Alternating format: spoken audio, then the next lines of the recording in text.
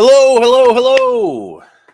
Welcome to Talking Toys with the Boys. You know me, I'm Hybrid Toy Reviews, joined by Vincent. Hey, everybody.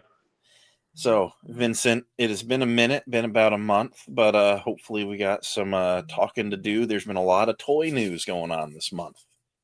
Yeah, this is true. Everything from Sideshow to Funko, most recently, leading up to New York Comic Con. And then that new Black Series wave, too. Oh, yeah. No, the Black Series have been hitting hard the last couple of weeks.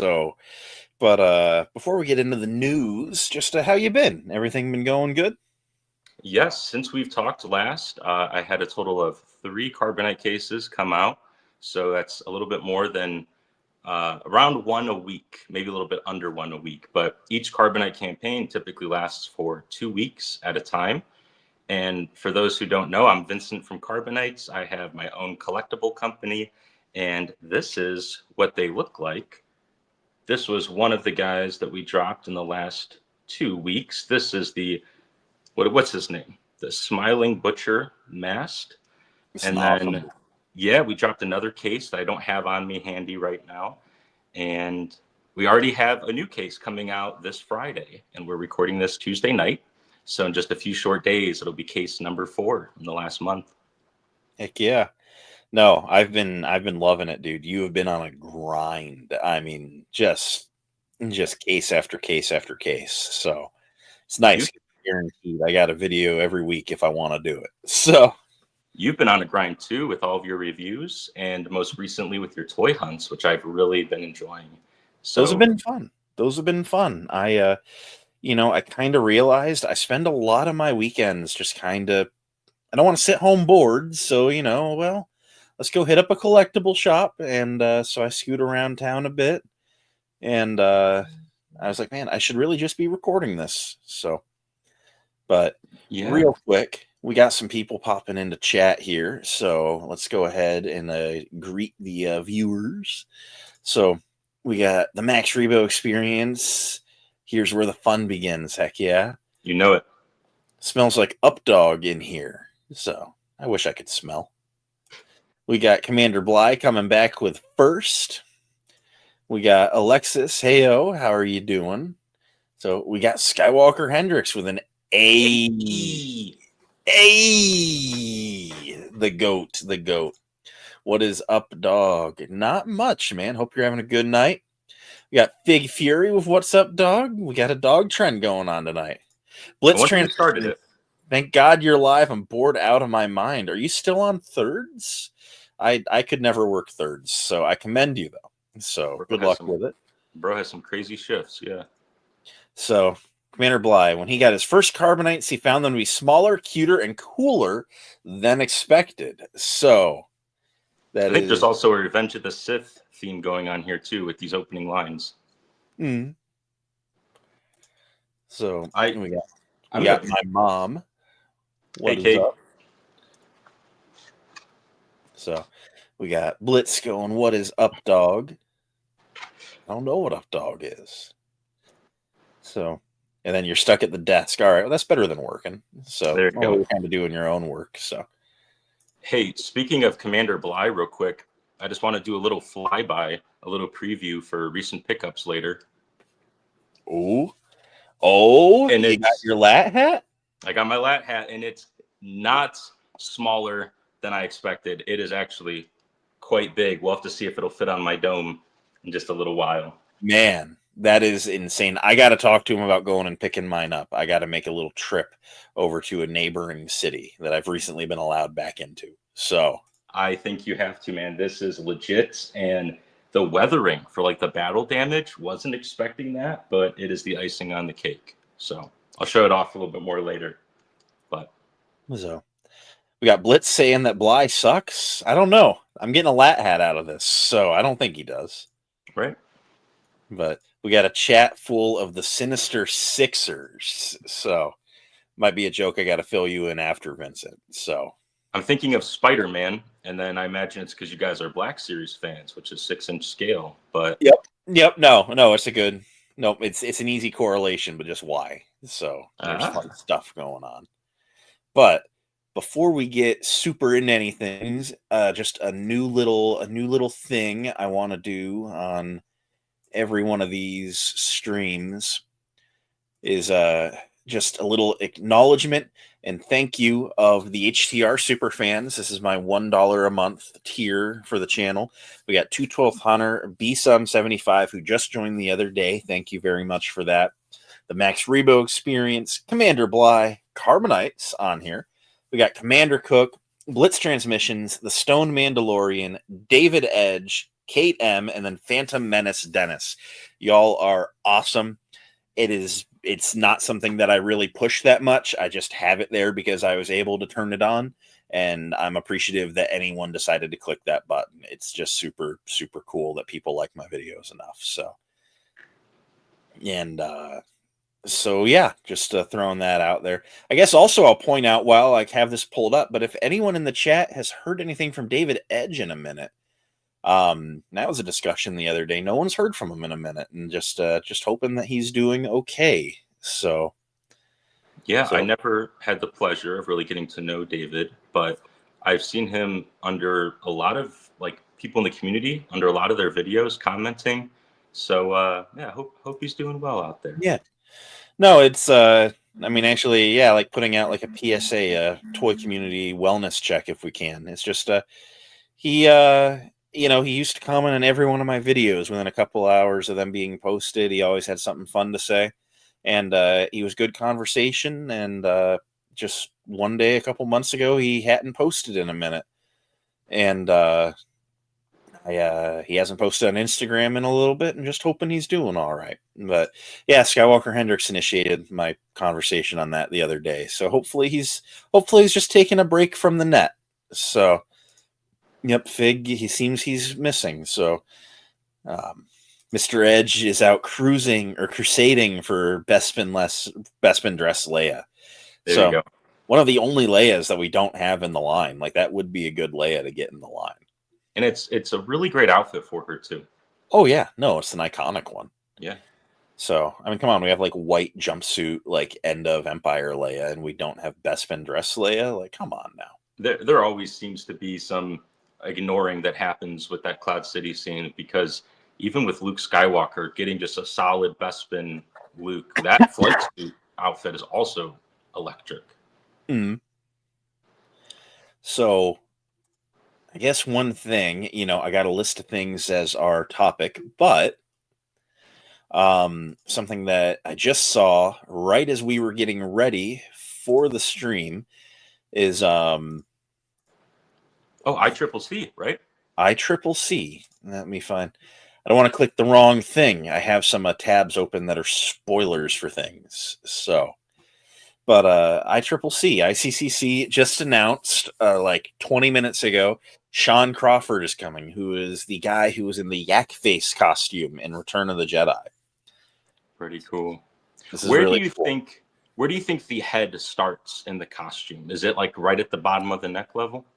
It's gotta be, right? Yeah. Like it's almost gotta be sort of like the lat hat. There's gotta be like, it's like a head that you wear like as a hat, Yeah, the Jar Jar Binks costume motion capture thing. Right.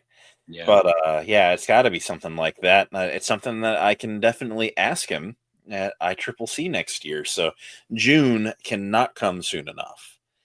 That's right. But I'm definitely amped on that. So we have Fig mentioning that Darth Revan Carbonites are slick. So I gotta say, we both appreciate that quite a bit. We have the name for this guy is going to be the Mysterious Samurai of the Shadows, Purple and Red Blade. So thank you very much, Fig Theory. That is that could be a really good segue. So yeah, we can do it. But you have been hard at work every time that I want to have a conversation with my boy Vincent here. I'm told I can't talk right now. I'm cooking some Carbonites. So that is a lore accurate phone call right there. So, and real quick, just a super appreciation to JWC for the $4.99 super chat. So I now can afford some Black Series, and I don't have to cry about it online. So that is awesome. You had thanked your super fans earlier, and I want to shout out JWC, who's also on the Carbonites website as a supporter. So Excellent. thank you. That was very kind of you. So, and then we have Fig saying he's only going to ICCC if we repel from the 10th floor, if we repel from the 10th floor like clones repelling from a lat. So, I mean, I'm down to jump off the 10th floor. Why not? That's just any day. Let's go. So, you got that bionic knee installed, Fig? Can you like make that jump? So, but there we go. We appreciate that $3. So, do we just want to play? Do we want to start by just playing a Who's That Carbonite for this next case? Yeah, for those who tuned in last stream, this is an idea Hybrid had to reveal a Carbonite every stream, and a very funny parody of the Pokemon show. And yeah, I'll let you go ahead and roll it. So yeah, I just thought it'd be funny. I mean, it was just the idea came to mind on a phone call one day, and I started giggling bad because I was just like, yeah, just it's perfect because they're a square. They all look the same, right? But hopefully the audio comes through. Who's that Carbonite? Oh man, how do you feel about this one? I'm amped, dude. So we got Tommy guessing the Bendu. So that is a cool character right there, by the way. So practically identical. I mean, same thing, really. Yeah, I'd say the same. They both have the brown hair, you know. Right. That's really all that the Bendu is. It's just a big storm of brown hair. Yeah. But no, so I grew up, one of my favorite video games growing up was Knights of the Old Republic. And I played it through time and time and time again. I liked that your choices gave you variations on interactions, and I wanted to see them all. So definitely have a lot of time invested in the game, although it has been about 10 years, and I'm due for a replay.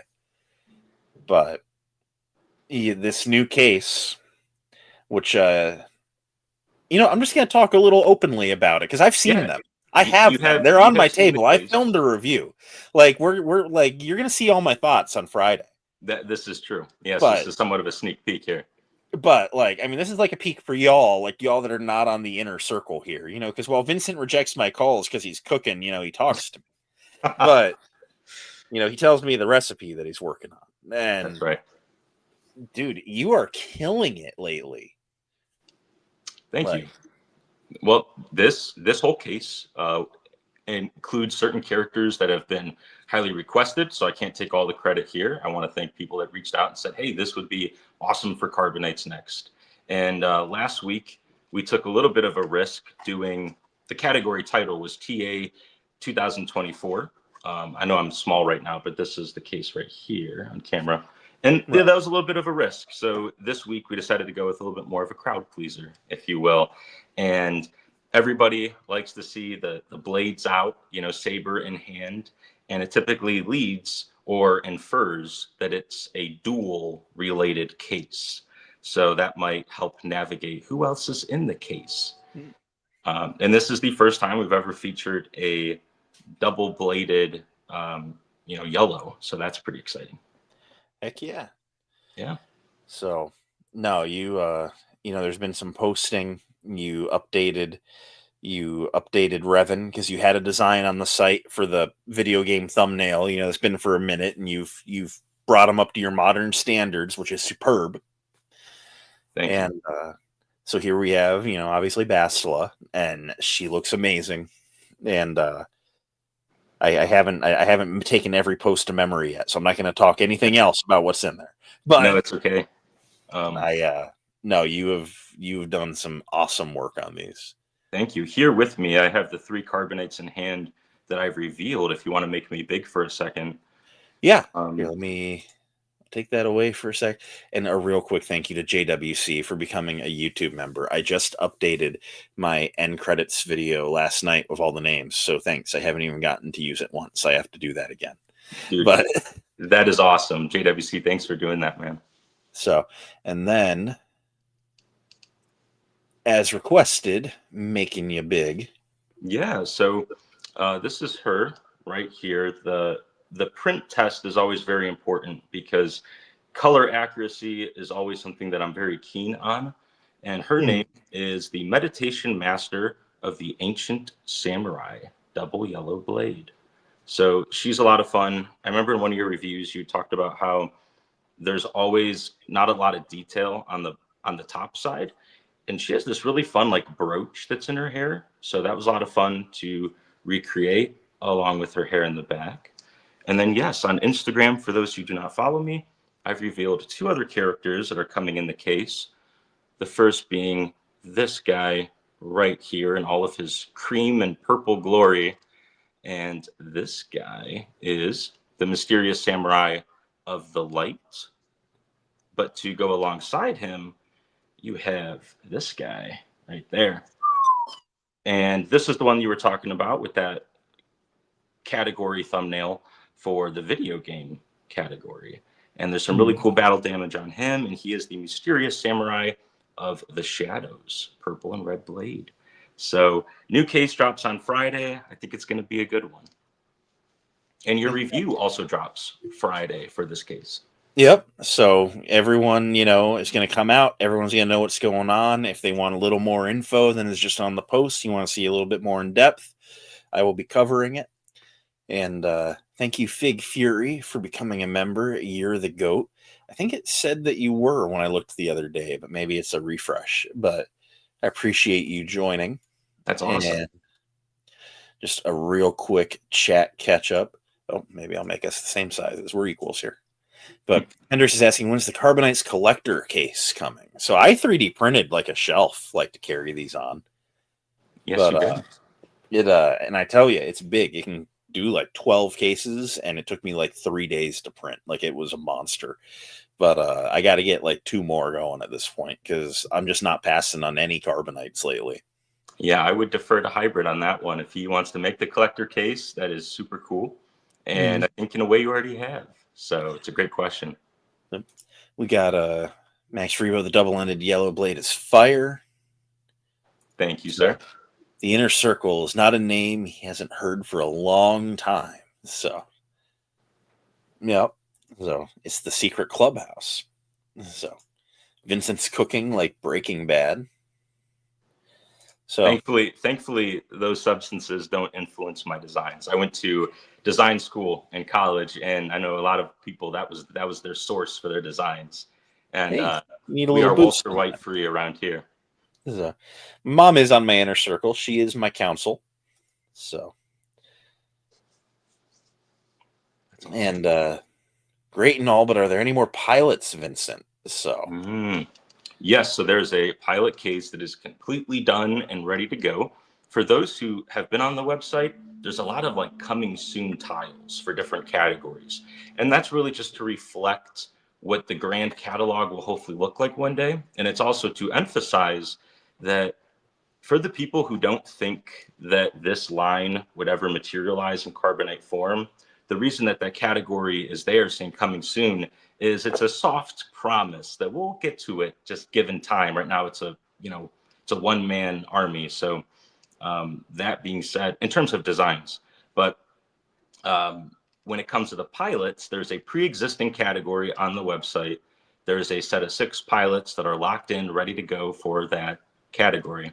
And I hope to do like a little scatter launch of like, hey, instead of unlocking certain other categories, I'm just going to do a little scatter update from pre-existing categories already exist to add some new cases to make it feel nice and fresh. So by the end of the year, ideally a little bit before Christmas, there's going to be a blitz through the different categories, just adding additions.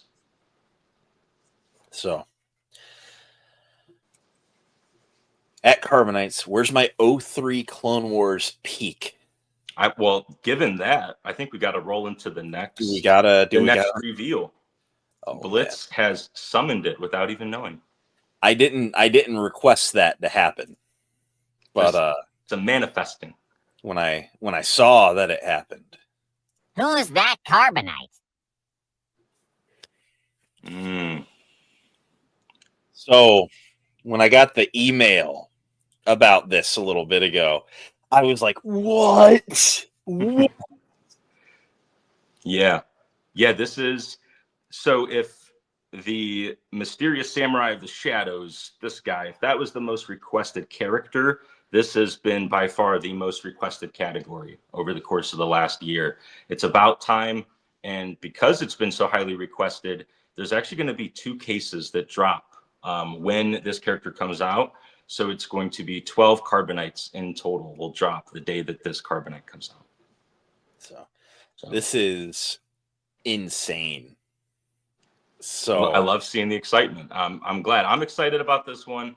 The question is how are they going to come packaged? Because this character shows up in a variety of different scenes. So I really think I found the best way to include him without leaving out anybody else. So something that I love is, O3 Clone Wars has a very distinctive art style. Some might say it's garbage. No, I'm kidding. We're not hot taking today. But I was always wondering what you were going to do. Is it going to be like a similar format to your other Clone Trooper Carbonites, where you make them realistic and then adapt them to your style? I'm loving that you still have that animated flair to it. You can definitely tell that he has, Tommy's bringing it up right here, that you're keeping the animated aesthetic to it. So there was lots of conversations in my head around it, and I almost reached out to some people to get their opinions. And what I ultimately landed on is pulling an example of a case that I've already done. And I don't know if you want to make me big for a quick second here. And I actually don't have the Carbonite on me. This is just an empty box. But I pulled inspiration from the Space Jam set that I did. And reason being, this guy, whoops, I forget I'm backwards on camera. This guy right here. Don't look at my nail. It's not, I'm not no hand model over here. But his visor has a reflection in it. And the proportions were very cartoonish for this case in particular. And when I had thought about that, I'm like, okay, with Carbonites, I want to keep things very consistent. But I also want the aesthetic of, I'm just pulling everything at this point. I also want the aesthetic of my normal phase 1 troopers right here. Right. And I don't want to break that aesthetic, but I looked towards one other piece of inspiration, and that was this Black Series, Fordo, Mace Windu, and Grievous for the anniversary. And so Mace Windu and Grievous are coming in the Carbonites case. No. The Grievous from that line looks nothing like the box art. The box art is this crazy craned neck, just long skeleton guy with like spider proportions on the inside. And then you look at the figure and it's very much Grievous from the movies. And while there's nothing wrong with like a movie realization version of that character, it does take you out of it a little bit. And if you look at a character on my website under the ROTS 2005 line, his name's the Cyborg Separatist General. If you look at him and you just paint him white, there's no way he would even remotely resemble what was on screen. So for me, I decided to look at that Space Jam Visions case and just said, all right, I'm going to go all in and we're just going to go with the animated proportions. And what that leads to with that, what's that Carbonite, is very stark black outline on everything. Having the reflection or the glare off the visor is also very key towards communicating that style. And I'm excited to see what everybody thinks of it when it comes out in its entirety. Heck yeah. Heck yeah. And that question you normally ask me, do you want it early? Like, do you want to review it? You don't have to. If you like, just get it in the mail, dude. So, all right. Say less, as the kids say. A couple hellos. So we have Stuck in Carbonite making it. How are you doing, man? I hope you're having a great night. We got Shelf Life here. Ayo, get it today. So I hope you're doing good. And we got Lazy Aardvark. I hope you are having a great night, y'all. And thanks I'm always happy seeing that Lazy Aardvark name. I know he's not making videos anymore, but I really enjoyed the content on his channel. Heck yeah. We had JWC just snagged the End of the War set. He's a 2/12 show. Dude, you won't be disappointed. That's a legendary case. One of my Hendrix favorites. is hyped. I was thinking earlier, I was like, because Hendrix has said, he's just waiting for the right case to really catch his eye. And I was like, if this is not the right case, then I don't know what the right case is. I'm going to scroll back up a little bit because Fig asked a question. I promise I'm not missing any chats. But Vincent, do you collect figures as well? Great question. Yeah, it would be impossible for me to do Carbonites if I didn't collect a little bit myself. And I do. I collect a little bit of everything. Where my first collection started as a kid was the Galactic Heroes line. And then from there, it transitioned into Legos once that line kind of died. I was a big Bionicle guy, Space Police, Nice. Galaxy Squad, and Alien Conquest. Those are kind of the big four. And then when Force Awakens came out, I saw a leaked image of Kylo Ren's shuttle in Lego form. And that was the bug that bit me back into collecting. And I mean, that Galactic Heroes are peak. He knows what's up, as always. And so, yeah, from there, I just started collecting a little bit of everything. I started collecting footwear. I collect fragrances. And then I also collect Black Series, Funko Pops. It's honestly ridiculous. And the newest obsession is Transformers, which I'll cover later when we talk about recent pickups. And I've also started just collecting Han and Carbonite memorabilia as well, just by proxy, I think. Oh yeah. So yeah, Fig Fury though, you're a Hot Toys guy, I could be incorrect on this, or 3.75. Fig, I think Fig is a little all over the place. He's got some Hot Toys. I think he's largely 1/12, but okay. I think he's a little all over. Fig, go ahead and paint yourself into whatever corner you think is right.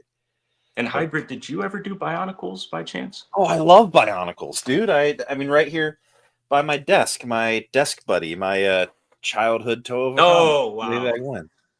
That's so cool. So, yeah. I mean, ask my mom can fire off in the chat. There was a lot of Bionicle in the house growing up. My childhood obsessions definitely were a little all over like yours. It when I was like really, really little, I was like big on like Thomas the Tank Engine. Like, we had all the train kits, and then it turned into Ninja Turtles for like a year, and then it started being Bionicle, and then I kind of got into Star Wars after a year or two of Bionicle, and then it was like Bionicle and Star Wars until Bionicle ended, and it was like right when they quit making Bionicle was kind of where it left the forefront of my mind anyway, and Star Wars just never fell. So yeah, Star Wars for me as well was always the biggest constant, I'd say. And I think the line that means the most to me on a nostalgia level is probably Lego Space Police, because it's the only line that I've ever collected in its entirety. Every polybag, every set that ever came out, both waves. It was the only thing that I made sure to get, or my parents for me made sure to get, I had at least one of every set that had come out. So that's pretty cool. But yeah, very nostalgic about Galactic Heroes. And I guess my favorite line to collect today is the Black Series helmets, which are just super yeah. cool. Yeah. So Fig says he's a Black Series and 1/12 guy, but Hot Toys and 1/18 Warhammer 40K has been taking over a bit. Ooh. So you are enjoying your Warhammers. You've been posting a bit. So we got really Thomas is goated. Eggs. How are you doing, Cook? So finally, we're doing this on not a church night for you. Glad you're here. So the Bionicles hurt when you step on them. Yeah, they do. Yes, they do. So nobody throw shade at my boy Toby. No, man. Oh. Tommy the Blitz engine. There it is. So, yeah, JWC Bionicles are the best Lego sets. Man, they really were. Yeah, there was a little VeggieTales phase there. I mean, I was like really little then, but Yeah, there was a little VeggieTales phase. They were So. missing the collectible side with VeggieTales, man. Yeah, I never ever saw any toys like for it, like at Walmart or anything. I don't know where my Nana would go, but once in a blue moon, she'd find something somewhere, and so there was a couple toys. But Where's the 1/12th Larry from VeggieTales when you need him? right.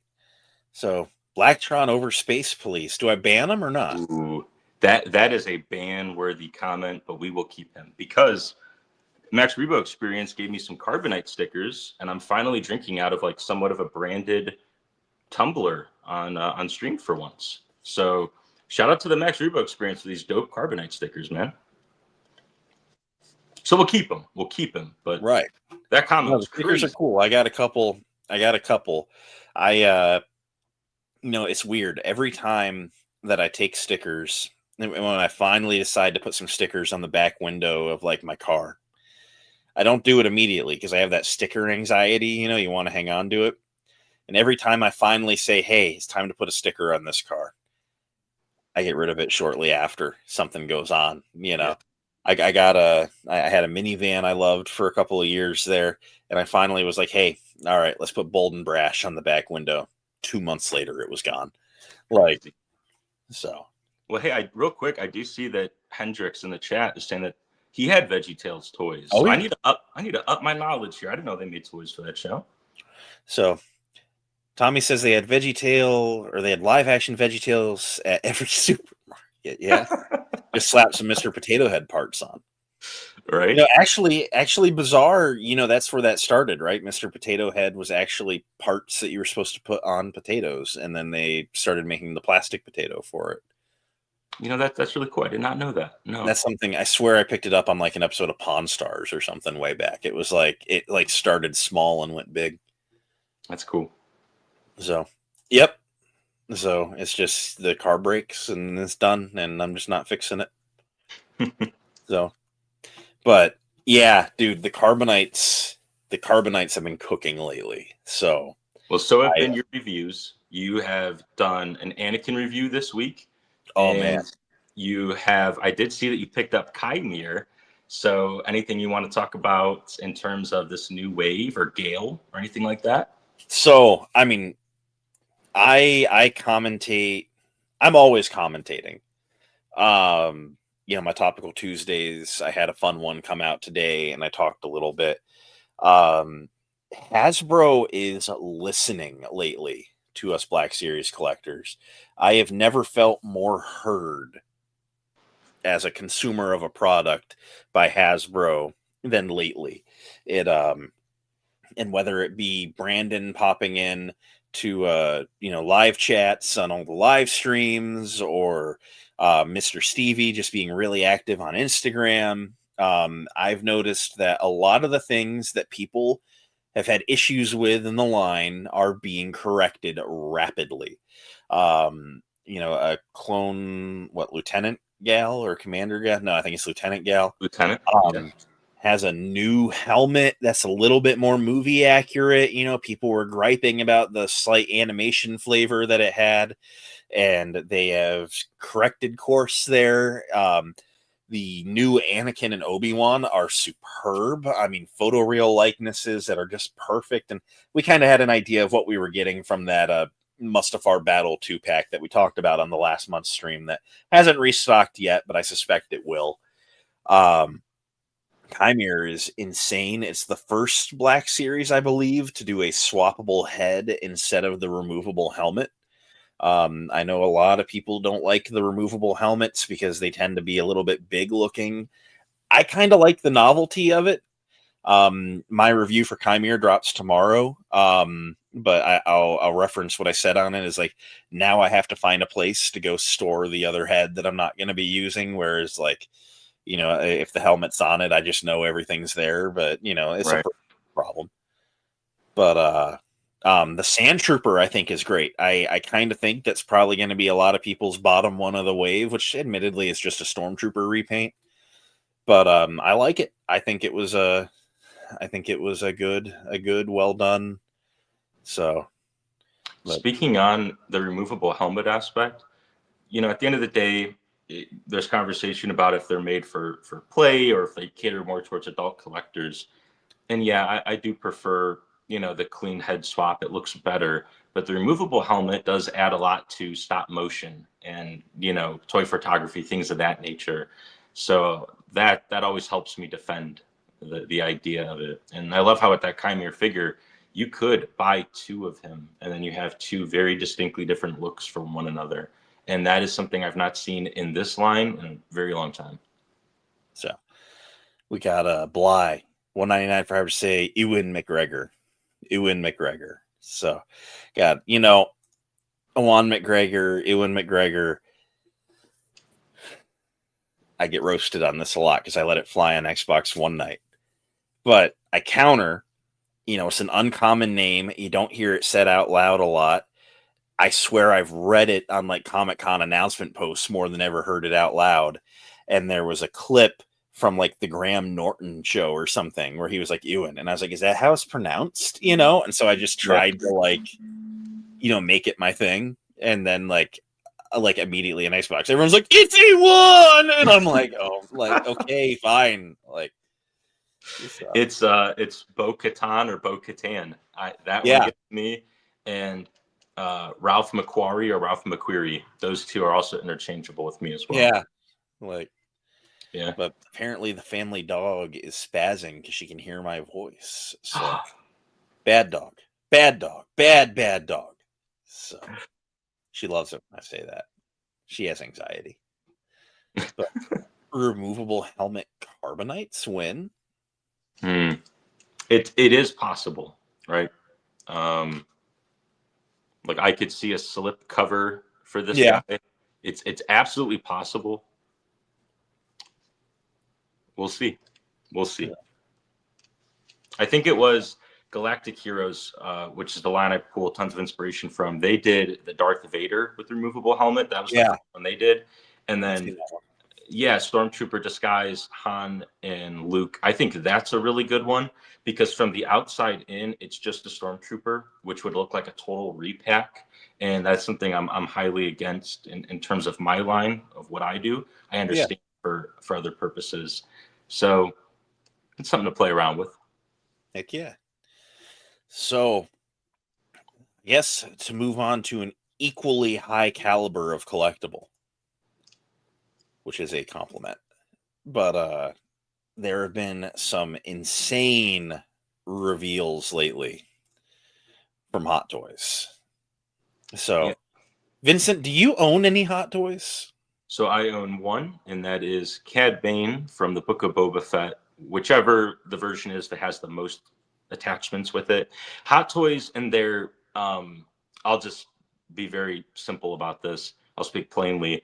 Their vernacular as to how they describe which one's the collector's edition or the deluxe or that doesn't make any sense to me. But I know that I have the one that has the most accessories, and like it's the regular or it's the one with the extra stuff, And then no, it's like they'll have two of them up, and one will be like the exclusive and the collector edition, and there isn't a standard edition, and you really have to look through all the photos so that you can find like, well, this one features an additional hand, like a thumbs up or whatever, and it's like really like and I know with that vernacular, it's all to make it sound extra primo, which it is. There really is no such thing as like the standard version. These are insane in terms of quality. So I understand why they have those two terms. But so I have that Hot Toy, and then I have a sideshow figure of the animation accurate Cad Bane from Clone Wars, and that is my favorite toy of all time. That's like my dream.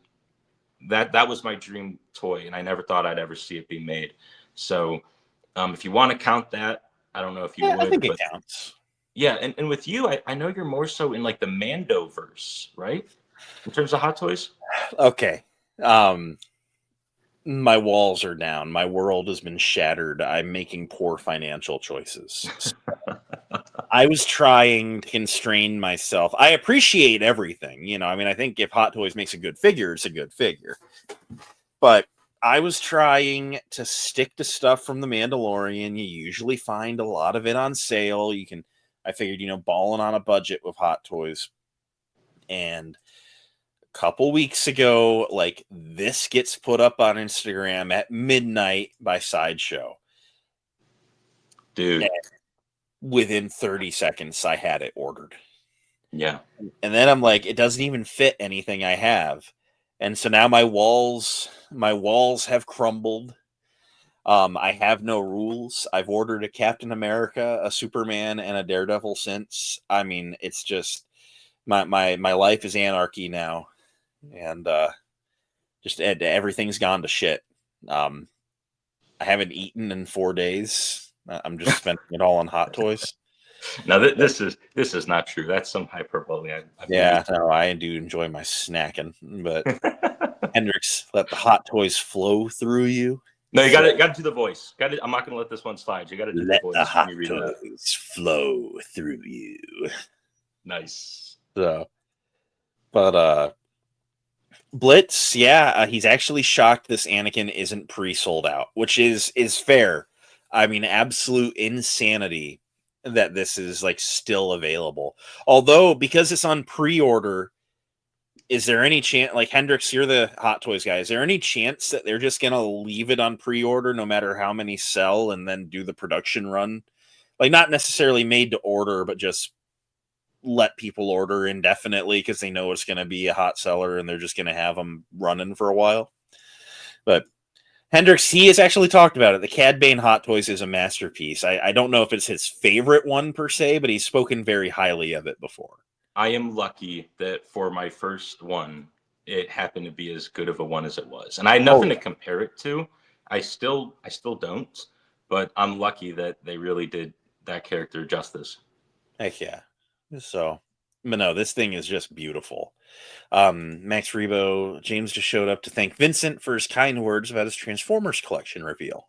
Dude, it's an impressive collection, and I love how you have the characters grouped as well. So, absolutely. So, Hot Toys does timed pre-orders. They'll eventually close the pre-orders. So it's not a made to order, but it's like they're going to let however many pre-orders happen and then make sure they fulfill that adequately and then have extra for just availability. That does, I mean, that makes sense. And CAD is his favorite Hot Toy. That is a prestigious rank. Dang. That is pretty awesome. Just wait until Obi-Wan comes out. I was thinking that if they drop a matching Obi-Wan, I have to. Because, like, right? Anakin comes with the droid as a base option. What do you think, Hendrix? Obi-Wan, he's got to come with the other like platform, right? Maybe as a deluxe offering, like you get him without it because it's so big it would add the cost, and especially because they both end up on that platform as well. Yes, it would be bigger, but it wouldn't be as spindly. So I feel like there's a version where it could fit the base offering. So, yeah, I mean, dude, between this, the Frankenstein Vader, and then like, I know that this is a little bit older, but then like some of those niche clones they've been doing, like Sergeant Hound. Oh yeah, they are really on a prequel hot streak. Sauce 10 as well, and that kind of fulfills the promise of the other Jedi that'll be in that scene. It's so hard these days not to be a collector of Hot Toys if you're a prequel kid. They really wore me down. They did. There's always some discussion about the artisan heads or the artisan hair.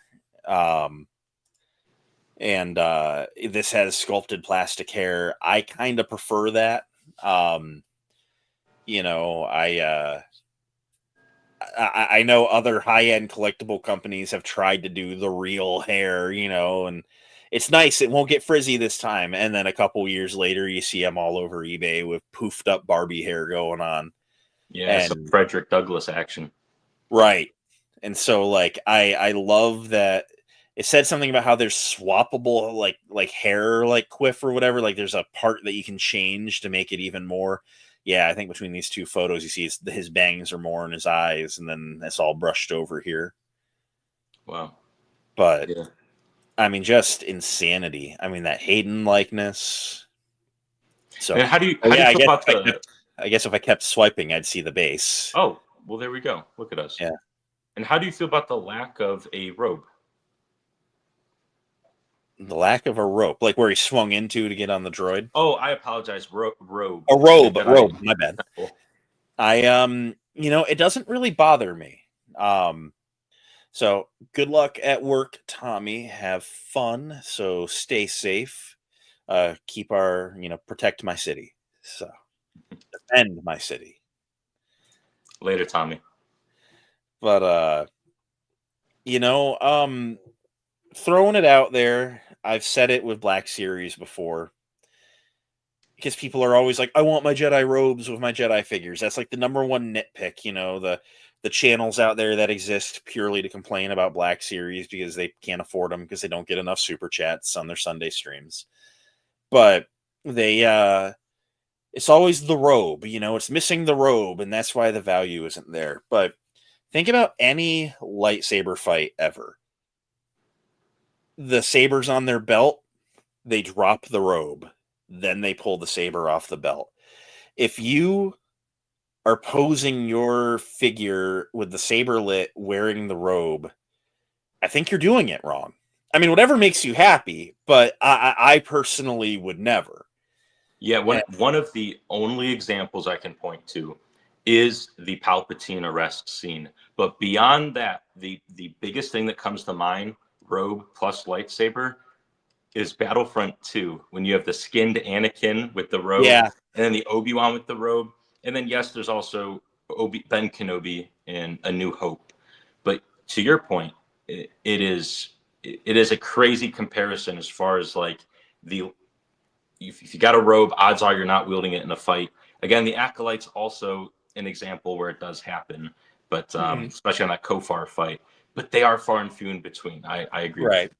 With you. Yeah. Usually, the if the robe is on during the fight, it's like they got jumped or something, like, they're just minding their business, and then Smilo Ren just comes dropping out of the trees, and at that point, you don't got time to be flashy. You just got to draw, Dude, I'll tell you what, those younglings got jumped when Anakin pulled up in his robe to smack him down.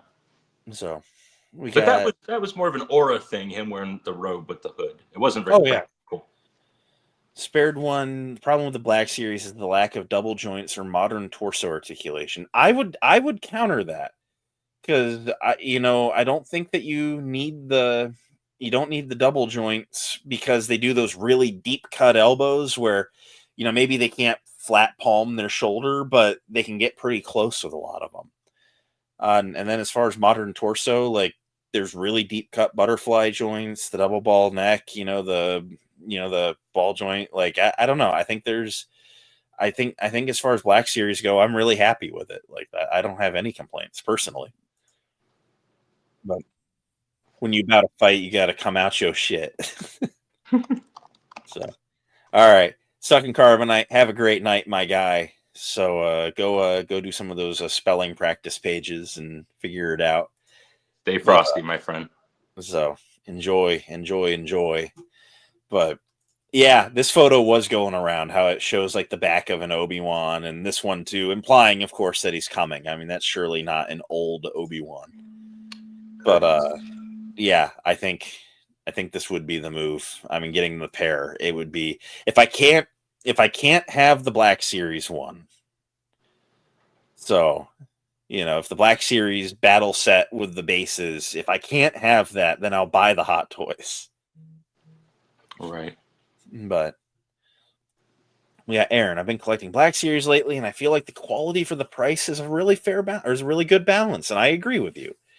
In today's Topical Tuesday, I was talking about there's some price increases coming. We're going from $24.99 to $27.99, and people want them to be $20 again, like in 2013. But I will counter. I will back up and compare one of those 2013 Black Series to a 2025 Black Series, and they're night and day. I feel like you're getting $8 more value in the new figures. I think they're that much better. My mom says she's been collecting through me because I am a freaking army builder. So what's your mom army building? Well, she's been army building for me, so I don't know if I've ever told you Ooh. this story or chat at that point, but I may as well spill the beans on what works on your mom when you're Christmas shopping. But Spill them beans. a couple years back 2019, it was right before Rise of Skywalker dropped. Target had a sale going in like November, December time on Black Series. They were buy one, get one like half off or something. They were trying to clear some of those older red box waves. And my mom and I went Christmas shopping like 4 different times together. And every time we'd go to Target, I kept finding 2 Sith troopers on the shelf every time we went. And I would always pick them both up and hand them over to her and be like, a mom that loved me would get me these for Christmas. By the way, Commander Cook's ears just exploded when he heard that. Right. Right. No, that's how I got all of them. And she'd be like, and put them in the cart. And I got her with this like 4 times because they kept restocking and people weren't buying the Sith troopers. And after the 3rd time, she's like, I feel like I've bought you these guys like a bunch. Like, are they all the same? And I'm like, yeah, they're the same. And she's like, why do you want the same? And I'm like, you're stormtroopers. And there is no too many. But This is true. So spared one. You wish they were as posable as Marvel Legend. I didn't want to let that get too far up. But I will say I watched a review earlier of the Daredevil and Punisher, and I kind of do like that ball joint thing they're doing with the shoulder, where it's not a butterfly joint, but it's like a ball that goes in with like a cup around it. I don't do too many Marvel Legends anymore. Those will be pickups for me. But I think that's something that you can do in certain instances. It'd be hard to do it on the troopers, I feel. But certain figures, it could be done. Yeah, I think there's certain things that they could definitely talk to each other about as a corporate thing. But 2013 has better paint apps. What are you smoking? Does it rhyme with Beth? But yeah, I other than a wash on a sand trooper that they haven't used since 2013 does not have the better paint apps. Brothers waffling. That is a hot take. Yeah, I don't have any figs that date back that far, so I can't say.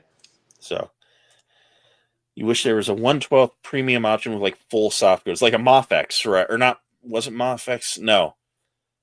It starts with an M, I swear. They did a Daredevil way back when. But it's like where like the actual full costume is soft goods.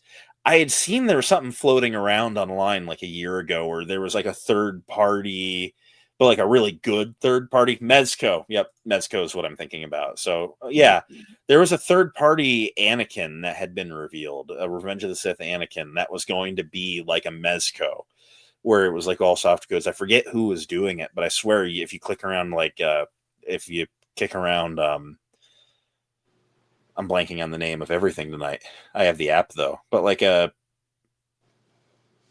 wherever you buy your like AliExpress and stuff, you probably would find one. I'm trying to remember who was offering that. It was some company. I mean, no name, one of these knockoff companies. Except it's not a knockoff because they're doing their own thing.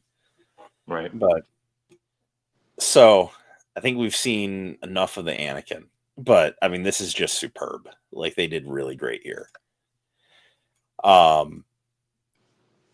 The clone. Hendrix knows. Hendrix always knows. Toys Metaverse. So got to have Hendrix on at some point. He can call me on anything.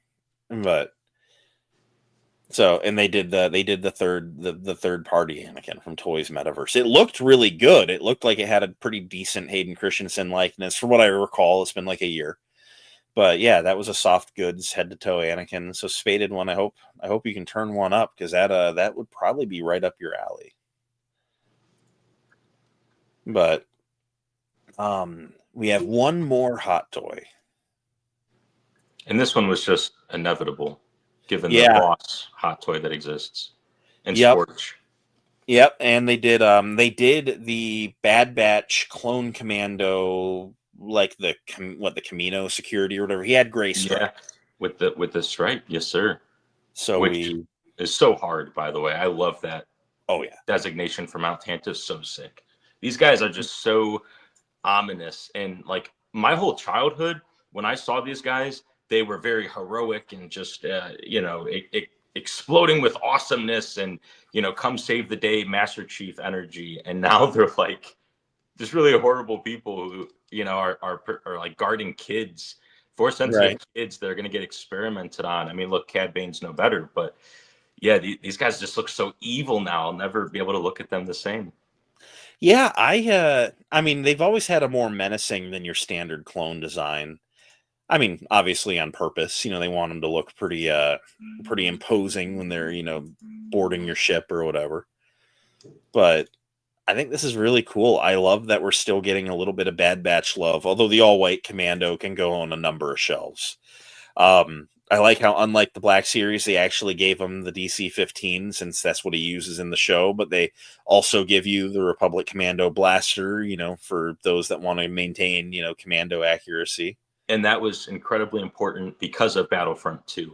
And people like me who love that game religiously, I would pick up this figure. I'm not, but if I did, it would be for like a Battlefront purpose opposed to a Bad Batch purpose. So I am so glad that they did, because with the promotional images showed up of just the blaster from the show, I was like, ooh. But then we get this. Dig a little deeper, and you're like, yep. But no, this guy looks nuts. We got Hendrix. This Hot Toys Commando is going to be amazing to have in the collection. I think it's cool. Yes. I think my one holdout for now is I'm not touching troopers. I'm going for characters. So that's my one Hot Toy like fallout rule, because I will never be happy if I just have one trooper on the shelf. I require army building, which my mom is clarifying she will not be doing for me. So, I don't want one clone commando. I want like 4, and I'm just not spending $1,200. Well, the question is, because I like to always think about posing on a shelf, and Hendrix, maybe you can answer this. Is there anybody in the line right now that you would pose the commando alongside? I think there's Scorch, but because there's no Dr. Hemlock, right? And because I don't know, who would you even pose these guys with? Let's say you were to get 2. Who's going to be in the middle of them? Yeah, I mean, you could always make the Battlefront argument and throw it with your Clone Wars Anakin or Obi-Wan or any other characters, that were light side heroes, for that matter. I think it would work well with anyone. Obviously, they don't side with the Bad Batch, so it might be a little weird putting them next to the Batch members. Correct. But I think if you were going to have just one next to someone, it would probably be by Anakin or Obi-Wan, like Clone Wars Anakin, Obi-Wan. Sure, I could see that. So, of course, and also like you said, if you have like any of the other commandos, like of course it works well there. Right. But who's that pictured on the far right next to Scorch? That's the security commando. Yep, there's like I don't know why from a distance I just couldn't. I'm streaming through the phone, and with the screen I was like, I can't even tell who that is. Yep, nope, that's the security one. But yeah, this guy looks really, really cool, and he's also still in stock for pre-order, although he's expected anytime between this month and December, so he could drop at any time. So, well, but no, he looks really, really good. I do like everything going on here. Just I'm staying away from troopers. Just trying to stick with my characters. Yeah, I don't blame you. I feel like when you climb the budget or the price of a hot toy, I have to have some sort of like personal connection to the character or something if I'm gonna spend that much. But I also admit they look really cool, personal connection or not, if you're able to army build. Right. No, it's like by the time you ship them, you're in tax, you're usually up to $300 or better. It's like, I got to really like what I'm getting for that. I can't just, God save whoever's a Hot Toys completionist. So. Right. But, well, also you'd asked me earlier, what was my first Hot Toy? What was yours? My first Hot Toy, Skywalker Hendrix, gifted me a 501st Trooper from Kenobi, which is a excellent choice. It definitely matches me. And then from there, I kind of started my Mandoverse rule. So I was kind of wondering, like, where's he gonna ultimately end up? And but now that I'm doing anything, he's just gonna look good next to that Anakin on the shelf. So finally, as a friend. I like it.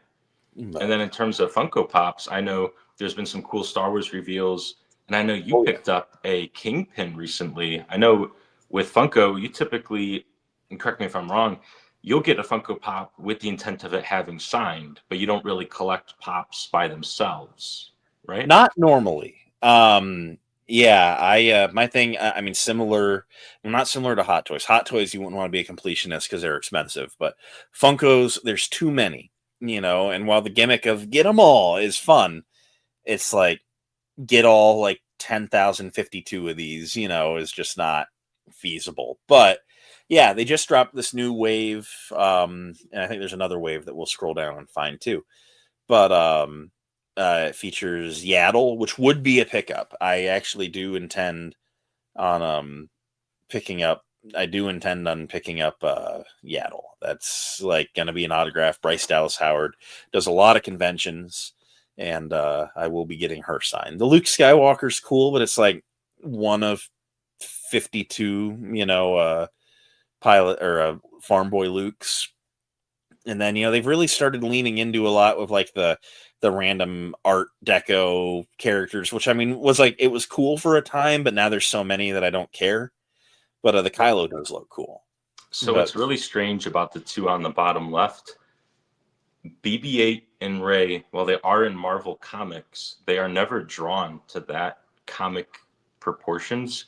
mhm. I thought like maybe if they did like a Forces of Destiny Rey or BB-8, that could be cool because that is a cell shaded cartoon where they do have more cartoony, colorations to them. But yeah, I don't know what's up with that with the comic stuff. And there was that it was either Fives or Echo. I think it was a Fives they did. There was also comic artwork. I'm like, what? Tell me what comic Fives comes from to warrant a comic Funko Pop for him. Right. But then I look at the other three here and I go, man, that's just great to see a Kylo Ren who's badass as ever. Fantastic character. Luke with the bucket hat and goggles, which is my personal favorite look for Luke. I know yours comes from Book of Boba Fett, but that is just a really sweet look. And Yaddle, Bryce Dallas Howard doing conventions now. She's been signing Mandalorian merch because that's what she's directed. But Right. for her to be able to sign like a physical character she voiced is super cool. And that is the kind of pop that works on your Phantom Menace shelf, your Tales of the Jedi shelf. That coupled with the Jedi Dooku and that wave with Oh like yeah. Hondo and Ventress, that is just going to be so cool. I feel like people have been waiting a long time for Yaddle merch in general. So super, super cool. And then there was also that deleted scene wave, which we'll pull up in a minute. But Yeah, I think I just scrolled right past it, but you're right. Biggs Darklighter, Jabba the Hutt, and Yeah. then a Sand Trooper. But yeah, this wave right here too. I mean, cooking. I was so impressed by these offerings. Yes, I wish the non-chase version was the version with the helmet. I don't know why they play hokey pokey with the chase being the version with the helmets when he's mostly associated with the helmet on. Right. But maybe that's a personal bias I'm having. Maybe just ignore me there. No, Then, I would want the helmet on too. I'm 100% with you. yes, at least he has an interesting face underneath. He's not like your Commander Cody who just has like the black flat top. At least he has like a unique face design for being a clone. But Right. that Ventress is great. That Hondo Naka pop is electric because we've had that Galaxy's Edge Hondo up until now. Click on the one of Biggs right there in the middle. Yeah, I mean, That he one. doesn't have the full set here, just that that the Biggs is available. Yeah, so there's Biggs, and then in that same wave, it's the Jabba the Hutt deleted scene, Right. which it love it or hate it, it's a lot of fun that it exists. Oh And yeah. for myself, my favorite line that Funko has is the Ralph McQuarrie series, the concept series. Those were fun. They were. Yeah, I love all of those oh so very much, and I wouldn't mind getting that Jabba for that lineup because even if there isn't a pencil sketch that Ralph did of A New Hope Java. It's fun in the sense that like it's just the what if of what could have been, and at a time what was. So I think the world of these deleted scene Funkos. I think they're great. I don't think they're going to be great sellers, admittedly. Yeah, you're right on there. They are, unfortunately, they are going to sit. Like this to me screams Star Wars Celebration. For those who know, that's my worry. But to sit here and be worried for Funko, who has their analysts and stuff who make some decisions that make sense to them. Just because it doesn't make sense to me, maybe it makes sense to them. But I'm looking at what could be a Grail convention pop, but finding deleted scene Jabba at Target, it's one of those out of body moments. You're like, I bet you I'm the only guy who's getting this right now. Right. I just thought they had all those like Jabba Funkos at Target already, like holding the Sith holocron and stuff. But oh yeah, and it's in the yellow and black packaging. Yeah. Black cats. Yeah. So crazy. But yeah, no, Funko has been cooking lately. They've definitely been filling in some gaps that I wanna get some autographs on. So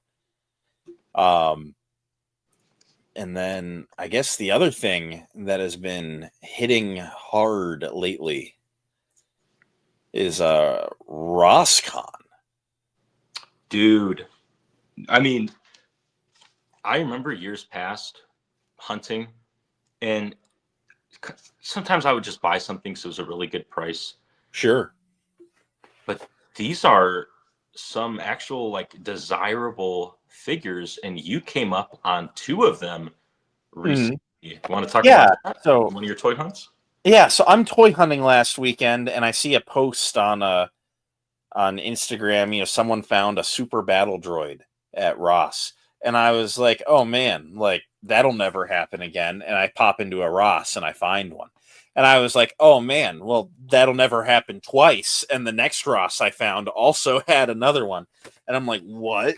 Like $5.99 super battle droids at Ross is just insane." And what's in this photo is not everything. No.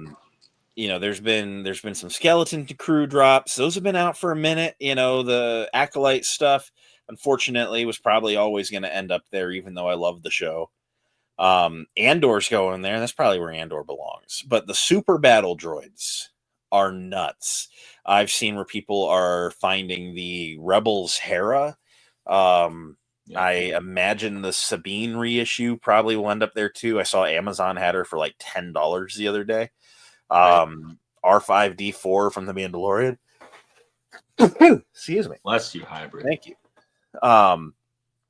But they're just insane stuff is popping up at Ross. And this isn't even showing off any of the Micro Galaxy Squadron stuff. A couple of days ago, I started seeing people are finding the Series 4 Luke Landspeeder like chase variant there, which has been impossible to find because Series 4 never showed up because Walmart and Target said, "Hey, we don't need to order that. We have nothing but Ventress fighters." I mean, like, those have been popping up. I found the red TIE Interceptor at Ross like a month ago. There's just been like absolute insanity going on at Ross, and then you think you've seen the end of it, and then you start seeing $30 Sabine lightsabers at Ross. And I think that this needs to be like reminded because there's so many people that sell lightsabers, and yes, these things are always $30 off, 20% off on Hasbro Pulse or Big Bad Toy Store or GameStop. Let it be known, though, these retail at $280. Yeah. And so a lightsaber for $30, and I have a list here of all the stuff popping up at Ross, and out of everything on here, the biggest price jump I've seen is, hey, you're saving $100. With this price from Ross to what it retails for, you're saving $250. That is unheard of. And when they had the Rey Skywalker lightsaber, the yellow one, I say Skywalker because it's literally the end of the movie. And the yellow lightsaber, I think they were selling that for 40 or 50. I think Sabine's a less controversial character. You're getting a green, which can be used for more cosplay options. Uh-huh. $30? That That's is nuts. whack. So, real quick, Wavy Totem guy, how are you doing? Hope that you are having a great day, and we're glad that you're watching the Mandalorian fan channel, hoping that they have good Black Series reveals at New York Comic Con. I'm tired of them releasing a million different styles of A New Hope Luke in his Tatooine outfit. You know, Black Series doesn't have the problem so much. I know TVC does, but I think they're gonna bombard us at New York Comic Con. I think we're in for it. So I was talking with some friends in a group chat today about how, Hasbro hasn't done their monthly live stream in a minute. They didn't do September. They haven't announced an October one yet. I mean, they have something coming on Thursday. Like there's gonna be something to talk about. But I totally agree with that for sure. But and then you want Luke with the yellow lightsaber from the newer comics. That would be cool. I was, like 2 years ago, I guarantee we would have gotten one of those publishing wave, in the fancy comic boxes, with it. But a lot of those didn't sell because they'd rather make Rabbit Pilot Man. And so here we are. But Jackson disrespect will not be tolerated. Jackson disrespect. But yeah. But no, this lightsaber though, for $30. Like what? Right. Dude, it's wild. And like I also see Enoch and Night Trooper are popping up for 20. That's not exactly surprising to me because I remember they were going as low as like $15 on Walmart.com at one point in time. And then just to round up some other Black Series finds, there is that R5 from the Mandalorian. Yep. Well. And then the interesting thing here is like maybe a month or two ago, Ahsoka the White and Thrawn from Ahsoka were also popping up there too. So they were. There's a chance you can find those, all of which are only, $6, $5.99. But something that I want to get your opinion on.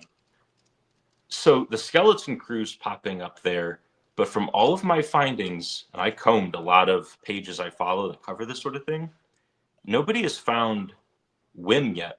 They found Neil, KB, Fern.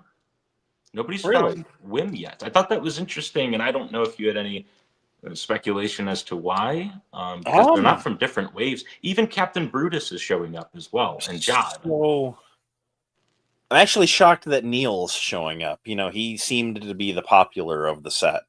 Correct.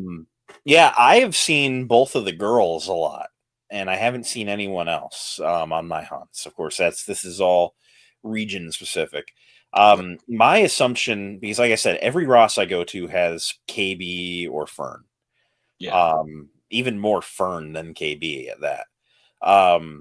Valid. While they are of the same wave, a lot of the times your online retailers will have solid cases of a character. So, like for instance, I like to order from Nerdzoic when I can. I like his channel, so I want to plug the guy. And he, he'll get a wave, but he'll get the case that has all 5 characters in it in the case of this newest wave. And you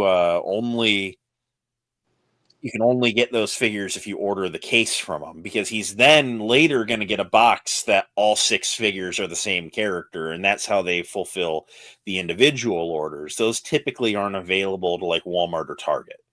Gotcha. So I guess I just wonder who is liquidating these figures to Ross? That's the question. Because the super bad, like any of these things have been available everywhere, but the super battle droid is a fan channel figure. You could only get that at small toy stores or GameStop. And so I wonder, like, could it be GameStop? I think of the actual sheer amount of GameStops in my area that have closed this summer. Like, I don't have a GameStop within an hour of me anymore. Like, they're all gone. I have to go to Menor or Niles or Erie.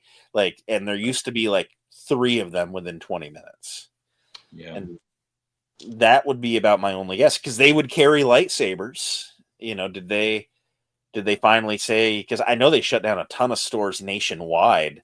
And so I guess I just wonder, like, did they finally close a warehouse? Like, what happened?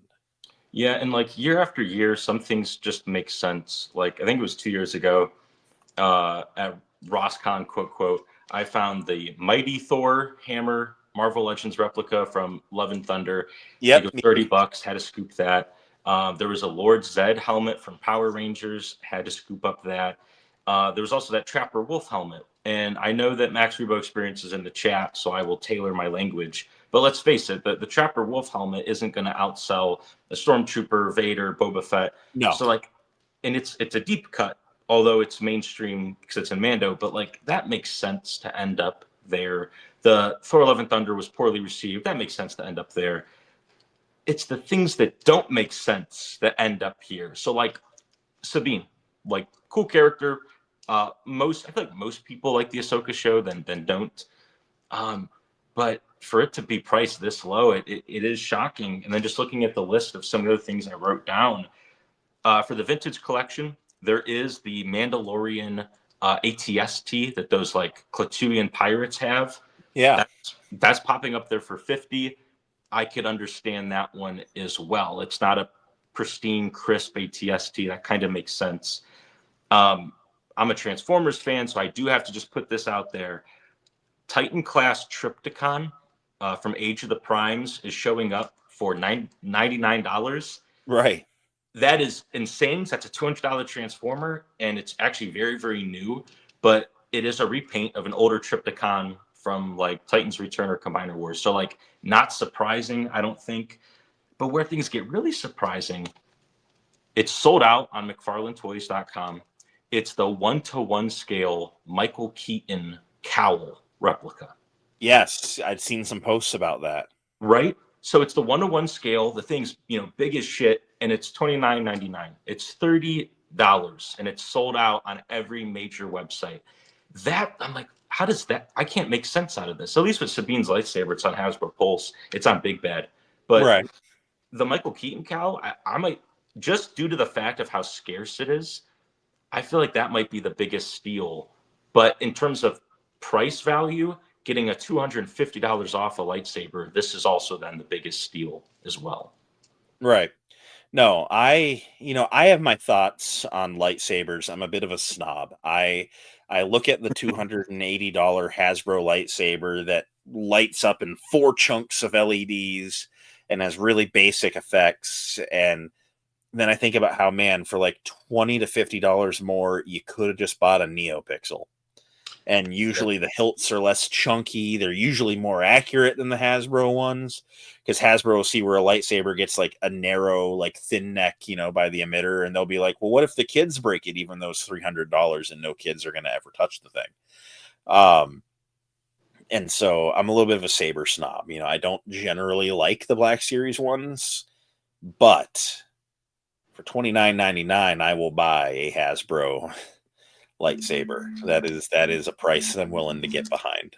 The only thing that I prefer about the Hasbro sabers over any other company, and I even have some experience with Theory sabers, it is the box. They are the only ones who actually can put out a quality box that doesn't just feel like you could have got it from uline.com. Right. The packaging on these things are incredible, and if that's something that a collector cares about, that definitely helps these sabers go the distance in terms of sales. But the saber itself, I agree, I would defer to another company that does it better. Right. No, I mean, if you're looking to keep your highly collectible, toy lightsaber in the box and never like swing it. No, I know what you mean. It definitely has to have some shelf presence to catch some eye on the shelf. It does, but I agree. Keeping a lightsaber in the box is crazy work. Right. It's like, for me, I don't care that it comes out of a matte black, cardboard box wrapped in bubble wrap, and I gotta unroll it, and then there's my saber.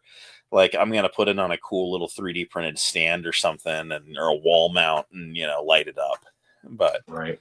I like my I like my NeoPixels. I even like the in-hill LEDs. The in-hill LED sabers, the RGBs, are still brighter Yes. than the Hasbro offerings. Indeed, I really feel like if you really want a lightsaber, I feel like there needs to be a good middle ground option. It is the $280, or it is the kitty like build your own saber line, whatever that one's even called. I do feel like there needs to be a middle ground around the $100 option that is somewhat decent. They That used to be the Black yes, Series sabers. Remember, like Force Awakens time, they used to be $100. They were the a little Kylo more. Ren lightsaber, that one was Yeah. all the black. It was always obtainable. It was. Yep. It was I think the Kylo was 150, Yep. but the rest of them were $100. Now they were a little bit lighter on features. They didn't have the removable blade. They had a simpler stand, and they didn't have like the tip drag thing or the blast deflection. But they were reusing a lot of sculpts from like the not master replicas, but just the Force Effects sabers from the Yep. mid 2000s. But they were $100, and then all of a sudden they're like, well, the blade's removable and there's tip drags, so now it's triple the price. And I get inflation and stuff, but I kind of feel like if there's a price window, these are kind of at the highest end of it. And But they're mass produced in a way that these other saber companies aren't. So your video today, Topical Tuesday, talking about Black Series raising their prices, I think people might be looking at the wrong thing. I think the figures themselves, I do feel like it's a good balance. I think we need to look at these sabers a little bit more closely because I do think they are wildly expensive. oh yeah, So $30 for a lightsaber is dope. And I do just want to give a little tip. This might be obvious, but I had the privilege of going to a Ross last year with somebody who's never been to one before, and they were shocked by the output of toys. So I just want to give a tip to somebody who's going to Ross. The toys are sprinkled in 3 places, not one. Yep. So obviously there's the toy aisle. Typically it's back right-hand corner when you walk in. From there, they do sprinkle some even into the baby section. The reason that they do this is you have a really long saber like that. There's not always a lot of room for it on the shelves, so it might get pushed into another section. The baby section always neighbors the toys. The second place you're going to want to look, the I think, to is those red tables. The red tables go around the store 360. Almost every Ross is about a square or a rectangle shape. So if you walk around the perimeter of that square or rectangle, there will be red propped up tables with just toys galore on them. Do a 360 around the store. You'll have much better luck that way, as these big items end up on those tables most likely. And even on the floor of the tables underneath. yep. And then the third place you're going to want to look, and Hybrid, you covered this in your video, the checkout lines. And the checkout lines are probably going to have Black Series or Funko or 3.75, odds are. But yeah, where you have like the snacks and stuff, the impulse buy section, there's typically a small stash of action figures up there. That's the 3. Make sure you hit all 3 before you leave a Ross.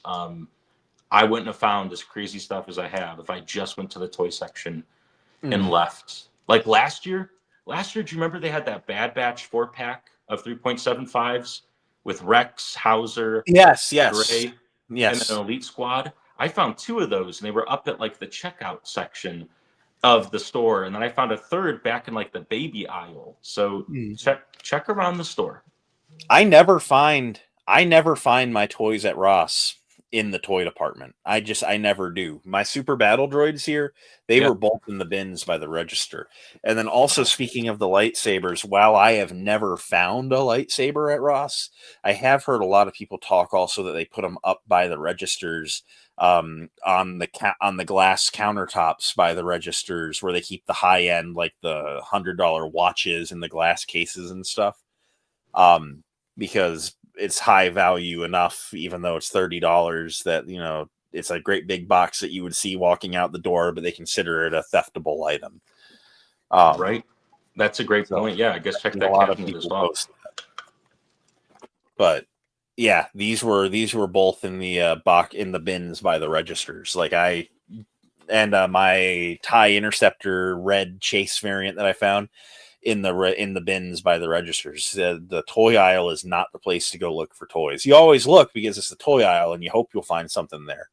But if I didn't look by the registers, I would not have what I have found. So, and just for those who frequent other stores, this is the same for DD's Discounts, the same for Burlington. I always find a Voyager or Deluxe Transformer like at Burlington at the checkout section, and also at TJ Maxx and Marshalls. They have that Rebel Fleet Trooper and Stormtrooper Black Series Battle Pack showing up as well. yeah. I also found one of those the other day at the checkout section. So Checkout's the way to go. Yeah. But I think that's just about it for Ross. I mean, deals on deals on deals on deals. My mom had made mention in her chat spam a while back. Scrolling up. I think I'm too far up. That I'm going to be driving through some new areas this weekend. So that's something that I'm excited to do. You sure are. I know where you're going, but let everybody else know. Right. So this weekend, I am actually going to St. Louis, taking a little weekend trip, going to GalaxyCon St. Louis, and really excited. Going to meet Michelle Lang, the voice of Omega on The Bad Batch, and then Jerry Trainer of Nickelodeon fame. And but something that I love to do on my road trips is, I can't do. Everyone's dad wants to just white knuckle it for 9 hours with no pit stops. And I can't do it. I'm in the car for an hour and a half. I got to stand for a minute. And so I will make stops at exits along the way. If I can find a Ross, if I can find a Target or something, we're stopping. So I of course will be vlogging. It's not going to be one of the hybrids weekend hunts I've been doing because it's going to be a Comic-Con vlog, but of course there will be toy hunting within the Comic-Con vlog. But hopefully my transcontinental or intercontinental or whatever the right word is will feature a lightsaber or something cool, because I am intending to stop at many a Ross. Yeah, it's one of those things I'd say I'll look out for you to find one of my adventures. I'm thinking about going up to one tomorrow. It's near me. It's like the Akron area. I'll just say that. But it's also like, dang, like it. If they have enough, cool. Because I think everybody really would want one. But I also just feel so lucky if I could just find, the one. So I never found that Ray's lightsaber. I was out looking last year. Never did. Crazy. Never happened. I ended up with the Leia lightsaber. I did not find the Leia lightsaber, but Commander Cook found the Leia lightsaber, and then a little while later kind of decided he didn't want it. So it was passed on to me for the same wicked good price, and I do greatly appreciate that. That's on display out in the living room. That's one where, even though the features aren't as great as a NeoPixel would be, it's not a saber that I would ever spend the NeoPixel money on, but I'm happy to have as a budget form, in the collection. So, oh yeah, but and dude, that St. Louis vlog is going to be nuts. I'm so excited about that. And what are you going to have Michelle sign? Is it the Black Series figure or the Funko Pop? I have the Funko right there on the shelf behind me. Awesome. So, okay.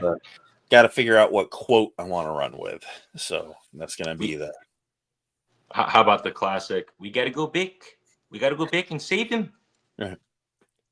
So, how about where's Tick? So, we'll just go right there. Right. But, we thought we were talking a little bit, but I think we got just one last real topic. But Mando and Grogu, baby. Do we want to talk some Mando and Grogu? I think we do. And it's okay if we don't spend a lot of time on it because they didn't give us a lot to really talk about. But I am very enthusiastic by what I'm seeing. How about you? So, I'm with you, right? While they're calling it a trailer, it's a teaser. They don't tell you anything about what the plot could possibly be. It is purely, just showing you some Star Wars pictures. But right, I just thought maybe we can let it play. I'm going to play it muted. That way we don't get a copyright strike. But sure. I'll pause when there's anything neat, and you just shout out when you want to pause too. But there we go. We didn't get very far. But no, we did it, man. What came to your mind? I mean, Mando's got another Razor Crest. I mean, I know he was looking for one in Book of Boba Fett, Right. but I'm excited. It kind of looks like it's going to be another fun Mando and Grogu adventure. And I mean, what do you think? I mean, we're in for a Lego set and a repainted Micro Galaxy Squadron, right? Yeah, so this opening shot here, and I know that the trailers are always cut out of order, but it immediately reminds me of the opening of Rogue One with Krennic's shuttle flying in, and there's like the tide hitting that coast where Jin's family's living. This totally could be the start of the movie, and I don't really see why it wouldn't be. So I really like this. Is just a great establishing shot. I think yes, a new Razor Quest, a new Razor Quest is upon us, and I think this is just a very relaxing and fresh way to start the trailer for sure. Oh yeah. And may I comment? I mean, what a dumb base. I mean, whoever would enjoy such a location? I mean, what a stupid place to put a base. I don't know one person that would enjoy anything about this. I think out of all the things that have been said tonight, that is the hottest take. That is blasphemous, and that is outright heresy. And you need to take that back before somebody in chat comes in and finds you, man. Right. I love everything about this. Just, I don't know, Grogu messing with stuff. Bro. So. Fear tactics right there. Right. But I'm foreseeing a lot of, opportunity for some new Imperial figures. Yes. New Anzellans, of course. So, and a new opportunity for a new version of the Black Series Grogu figure, because now he's got the Beskar plate outside of his tunic. I haven't seen anyone mention that, but that is the Mudhorn plate.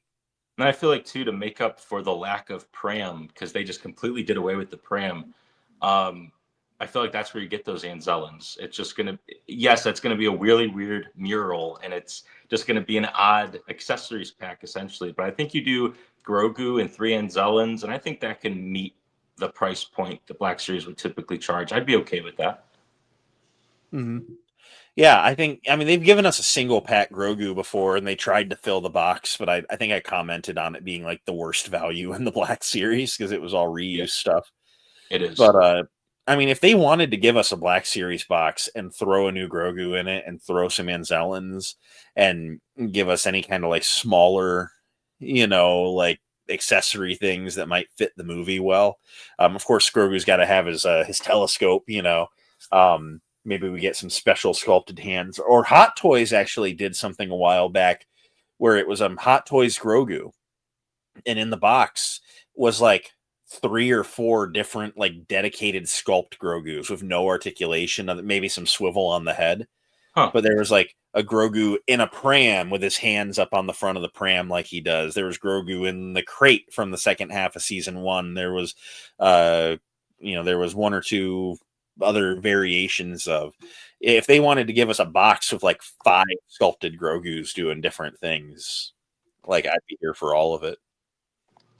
No, and I think that's the way to do it, unless you have like a deluxe pack, and then that's how you include him.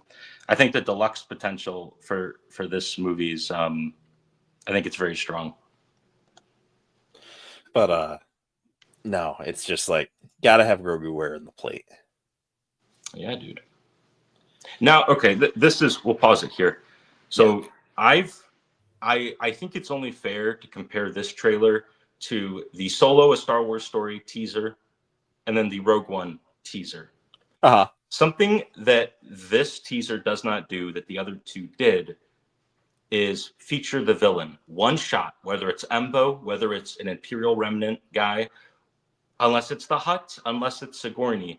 But in the Solo trailer, they do show Enfys Nest. They don't show Dryden Voss, but I think we all knew going into the movie, Enfys Nest might be, one of the main villains. So they at least established her. And then in the Rogue One trailer, we have that baller image of Krennic with the arms crossed, looking down, looking all cute. But they established him. Here in this trailer, there is no villain that is shown Yeah. at all. So it's interesting that as far as the job of a teaser, it's not a requirement, but there's a great chance that we're looking at her right here. Just a thought. You think Sigourney's going to be the big bad, huh? It's a really weird get just to be head honcho, I think. Yeah. Because who was the other head honcho that was cast in Mandalorian? Tim Meadows. I like Tim Meadows as much as the next guy, but they're not really establishing the New Republic as these hardened, just awesome, battle-ready people. Yes, you have Carson Teva, you have Dave Filoni as Trapper Wolf, you have Reed, you have Deborah, you have Jib Dodger, Rick Famuyiwa. You have some of these great characters in here in Cara Dune, but as far as the people above them, they've not really done a great job making them feel like competent people. True. So either that's course correction with Sigourney Weaver or it's misdirection. And she's actually villain. So we don't see in the trailer, but there are like behind the scenes photos that have been posted of her like in X-Wing pilot gear. Yes. I gotta say, I would pick up either Black Series. Oh, yeah. Heck yeah. Like, I mean, even if she ends up being a villain or not, like, I don't quite know where I fall on it. I guess I wasn't thinking along those lines. Yeah, it could be a stretch. For Right. me, it's more so, I think you have to establish somewhat of a villain presence in your teaser. But maybe this just isn't that kind of movie, you know? I figured the Stormtroopers fit the role. Stormtroopers do. Moff Gideon only ever appears in The Mandalorian until the penultimate episode. Yes, maybe a hologram he appears in episode 4 of season 2, but he only really comes in at the end. I think Mandalorian as a whole has never been a very villain-centric show. The villain presence is only ever at the end. So I wouldn't be surprised if, you know, they're just really saving that villain for the final few pop moments. Right. But no, I think we're gonna have, you know, some sort of like Imperial villain. Maybe Moff Gideon comes back. Yeah. Because now they've shown clones, we can have an indefinite amount. We could. In general, they're just going to have a hard time outscaling the epicness that was the final battle on Mandalore, you know, so it'll be tricky. So here, I saw something on Instagram. You got the Razor Crest diving. It's being chased by these ships, which are all in motion blur. But I saw someone make mention that they look like vulture droids. I think that's supposed to be the U-Wing, maybe. Is it? The U-Wing that we see later, but dive bombing? I mean, heck, a vulture droid would be a lot cooler of a pick, to be honest with you. Yeah. And I guess why would the U-Wings be chasing the Razor Crest? Right. But Mando is shown flying towards one later in the trailer in the exact same sky, like the clouds and stuff. True. Vulture droids would be fun. I'll admit that would be the much cooler pick. They've done a lot of showing that there is Clone Wars surplus out there still. Yeah, there was that droid bar in the Mando season 3, the episode with Lizzo. Yep, there's many a reference to the prequel era. I mean, all that stuff doesn't just disappear. It's only been 40 years. Yeah, there was even a battle droid in Skeleton Crew at the pirate base. You're right, there was. I forgot about that. Yeah. So I think we get a Grogu doll with drowning action. So this has me geeking. This to me is far cooler than the ending shot of the AT-AT falling over. You know, this 100%. Live action Zeb going ham on stormtroopers. Just yeah. This is me personally. I thought how Ahsoka was jumping from rooftop to rooftop in her entrance episode in Mandalorian season 2 with Morgan Elsbeth. I thought it looked goofy. I'm used to her flipping around doing all these cool things, Siege of Mandalore style. And then something felt off about watching her leap in the Mandalorian show. And then, hey, what's up, Cody? Thanks for joining us, man. Yeah, man. Hope you're doing good. So where are you? What are you up to, Stoned? Hope you're having a great night. Right? But then seeing Zeb flip around here, it doesn't give me that uncanny feeling of watching Ahsoka do it. I think that animation Zeb taking out stormtroopers, I think it translated quite well here. Yeah. Brother's wearing some type of jacket, looking nice and fly. Got the grippers on full display. Oh, dude. So, but no, just getting a live action. The helmet shatter. The helmet shatter. I mean, come on. They're doing it right. They understand. Of course, Dave understands. This is Dave's character, but heck, Boba Fett whacked a stormtrooper with the gaffy stick, and that was enough to crack the helmet. I think a bow rifle could certainly do the same level of damage, especially with a freaking unit like Zeb here. I've just always loved when they bring that in. When someone gets hit so hard, that armor just shatters. I mean, you're just like, oh, I wouldn't want to be that guy wearing that armor. Do you remember in Force Awakens, the Battle of Takodana, Han Solo uses Chewbacca's blaster and the bowcaster, and the stormtrooper goes like flying backwards?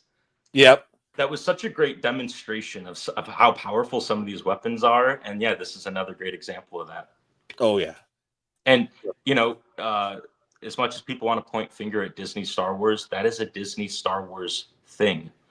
You don't see a lot of that in the old era. No. But, no, I mean, well, plus the other thing too is, I mean, just with Zeb is the weapon here. I mean, yeah, that's just Zeb on a mission. But no, everything about this, I just completely love.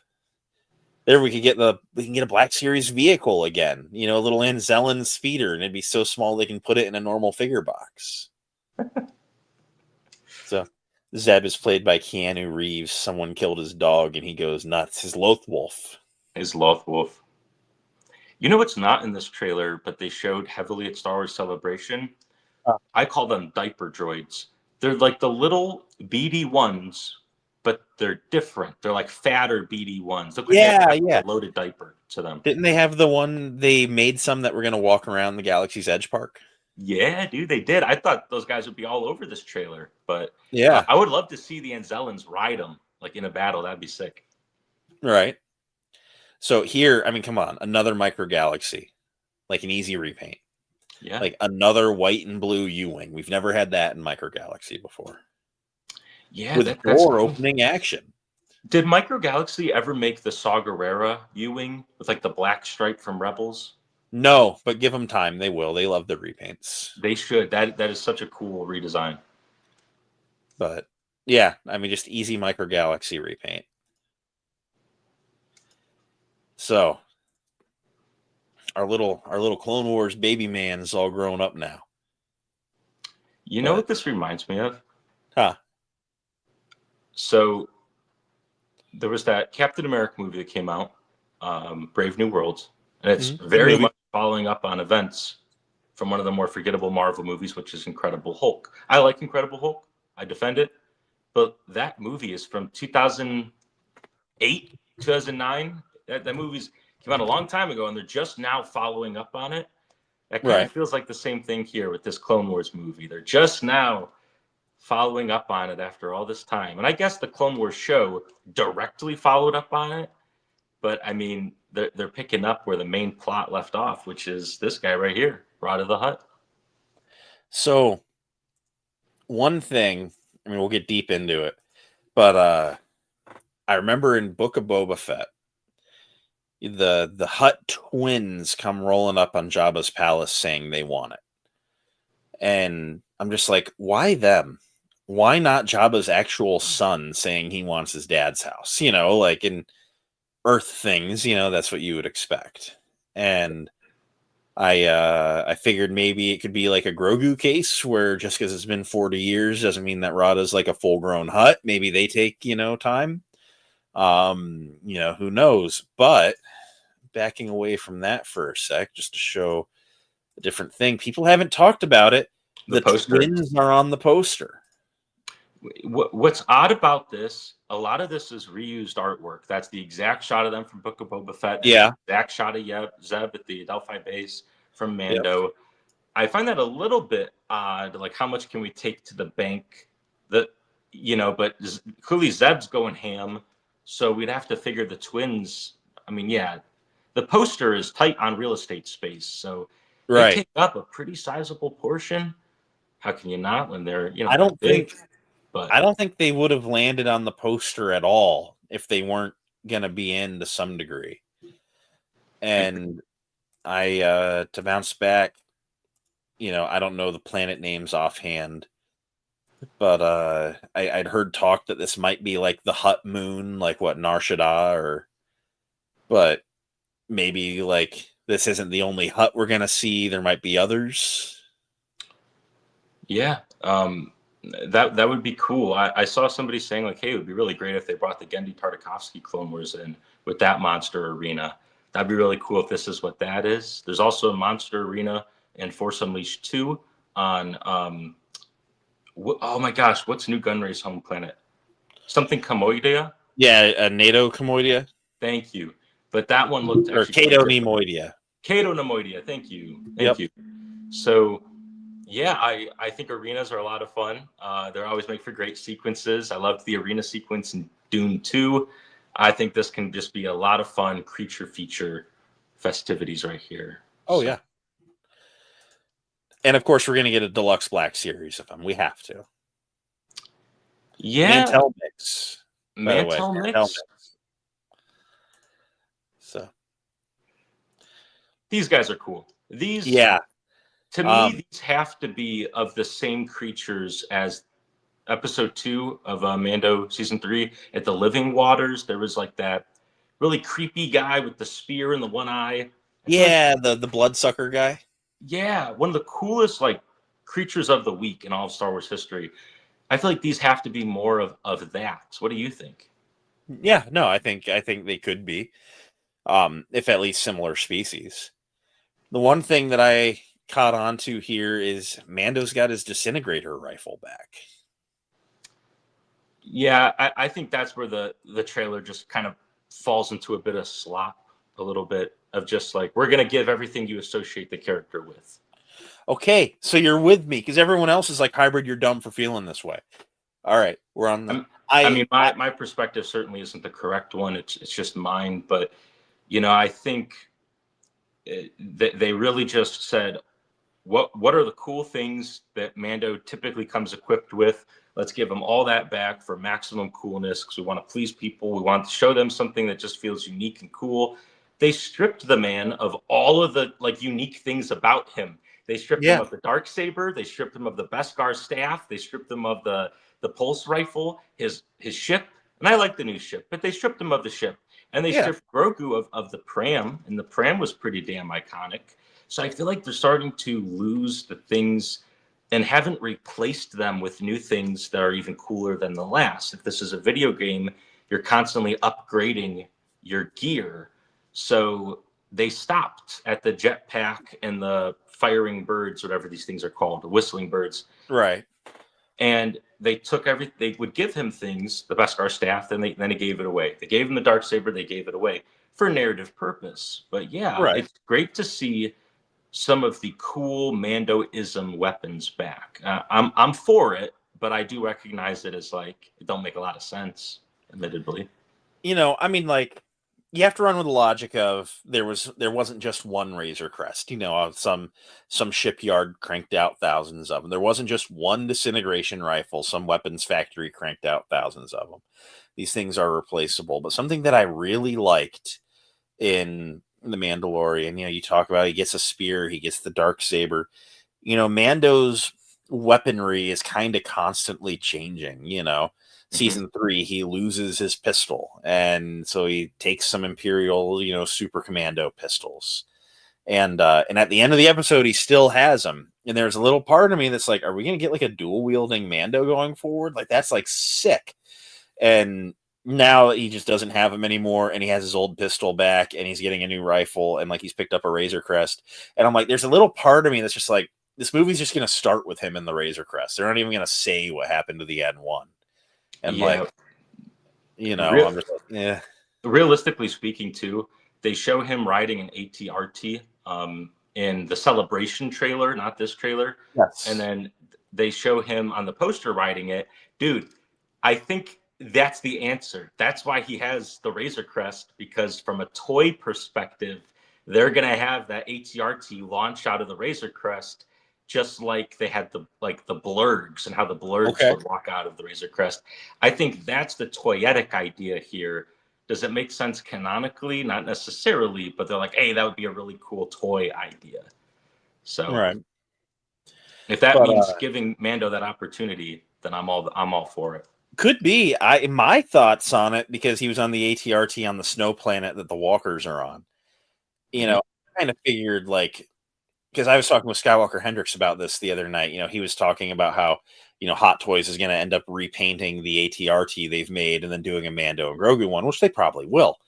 And I just can't help but picture that that's like a really fun scene that's going to be like a really cool thing for the trailers, but it's going to be like 15 seconds of the movie. Like, I'm calling it now. The New Republic has sent Mando on a mission to deal with an Imperial regiment, you know, like whatever. And he gets to the base and he's going to catch the commander or whatever, but he's missed them. You know, the AT-ATs are a little bit down the road already. And he's looking around the hangar and there's an ATRT. We're going to have a 15-second segment of just shaky cam ATRT chase. And then he's going to catch up and we're just not going to see the ATRT again. That's how I'm picturing it. Yeah. And, I mean, it'd be cool if it joined his collection of toys. Like, I'd be cool with that. But I'm kind of like, that's just going to be one of these for the trailer, you know, like little clips. Yeah, not a bad idea. I'm going to stick with it. I think it's going to end up inside the Razor Crest. But at the same, like, honestly, to your point, the movie may start with him in the N1 and then he goes to the Imperial, like, Hoth planet.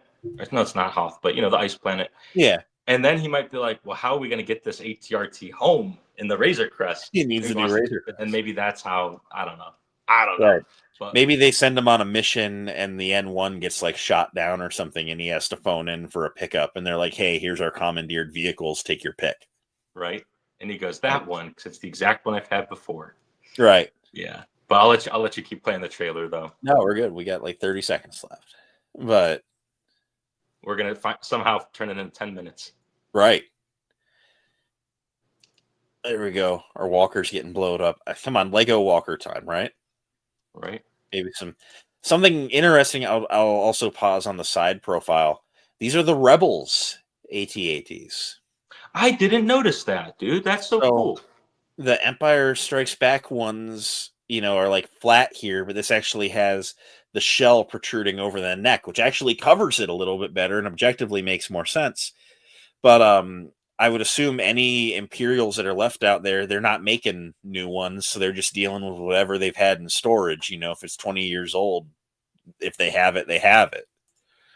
But yeah, I mean, I remember when Moff Gideon has to ask the Shadow Council for Praetorian guards. He had to ask them for Praetorian guards. Right. It's like how, and they thought he was smoking they're meth. trying to spare what they still have. If they have to, like, hey, I'm going to pay $20 from Rent-A-Center, the Imperial Rent-A-Center, to get these Praetorians. And it makes sense that they'd be doing the same with older AT-ATs that just aren't really up to that standard. Yeah. What's odd about this final shot to me? This one here, or keep going? You can keep going, I guess. It's one AT-AT opposed to there's clearly two more. Are we going to see the other two blow up? It was one just the finale, was maybe what Mando needed on that specific AT-AT. My thought is, like, hopefully Zeb's wrecking shop on one of them, and then maybe they reconvene on the other one and they take it down. But it's kind of odd that we're just watching one topple when there's still two more left to go. That can't be easy. He's a one-man army. He's working his way around. Maybe that's what it is. And if so, that would be an insane 10-minute long sequence of him just whipping through AT-AT crews. But from there, I love the updated logo. Just the old Western vibes, you know. Yeah. It helps sell that this isn't an episodic film. It is standalone in the way that Solo and Rogue One was. I like how Grogu has kept the paintball launcher. Good shot, baby. May cannot come soon enough. Dude, it's going to be a good month between Star Wars Celebration. I think Celebration's April. This is May, and then ICCC is June. So, yeah, June for ICCC, and yeah, I gotta say, we got a good year coming up. I'm not gonna pull up stuff on Instagram, but surely you've seen the post today. Ahsoka season 2 is done filming. Yeah, I'm excited. All the actors are posting, their goodbyes to Pinewood Studios for now, and just that they're really happy with what they've done. We got a wicked good year coming. We have Mando and Grogu. We have Ahsoka season 2. We have the animated Maul Shadow Lord, plus whatever Tales of show that may or may not be coming. They don't do one every year, right? Is it every other year? It's every other year. And so with Shadow Lord, I certainly wouldn't expect it. Visions, though. What's interesting, and we're not going to cover the Visions trailer. It's just one that's very hard to break down. Yeah, we talked about that. But one thing worth noting is from the first season, there was the episode called The Ninth Jedi, and then that's getting a sequel episode in Vision Season 3. But then next year, or maybe it's the year after, I'm not too sure, there's also a whole series coming based off The Ninth Jedi. Yeah. So yeah, I did hear about that. In the case that that's also next year, that might be one of the most packed years for Star Wars I've seen in some time. Right. I got to say, I was super bummed. Disney got Bob Iger back, and he was just like, one season of one show a year, max. And then we got stuck with Andor this year, and I'm like, you're going to cut down my Star Wars intake. You're going to make me go through withdrawals. And the only thing you're going to give me is Napdor, like, really? And so, like, just knowing that we're getting a little bit of a heavier dose next year just has me fiending, because somehow Tales of the Underworld was the best Star Wars show of the year. So. Yeah, and people forget that Skeleton Crew carried over into 2025. It started in 24. Yeah, it was like January. So that was solid. And then we have Tales of and Andor. And I think everybody thinks Tales of Underworld was also solid. And then you have Andor, that whether people like it or not, it is divisive. It doesn't matter if you think it's the greatest thing you've ever seen. I have many friends who it's not their cup of tea. Is it downright bad? No, but it's also not the world's most enjoyable thing to certain fans. And then you had Rebuild the Galaxy, which certain fans just don't feel the need that it's worth their time. And then you have Star Wars Visions, kind of like Lego Rebuild the Galaxy. It doesn't suit everybody's interest in Star Wars. And dare I say, it doesn't scratch the Star Wars itch that a season animated show or a live action show does. So it's been a very mixed bag this year for sure. I agree. I will watch Visions 3. My thing has been like, man, for every season of Visions, you get like 8 episodes, and I always end up liking like 2. And I tend to favor the ones that feel like they could be canon, the things that are like, oh, I could see that happening within the confines of the universe, And then for every one of those, you get a way out there brother and sister Force twins on docked Star Destroyers, and it's like really? Like, I don't know. Like, some of them I just really don't feel.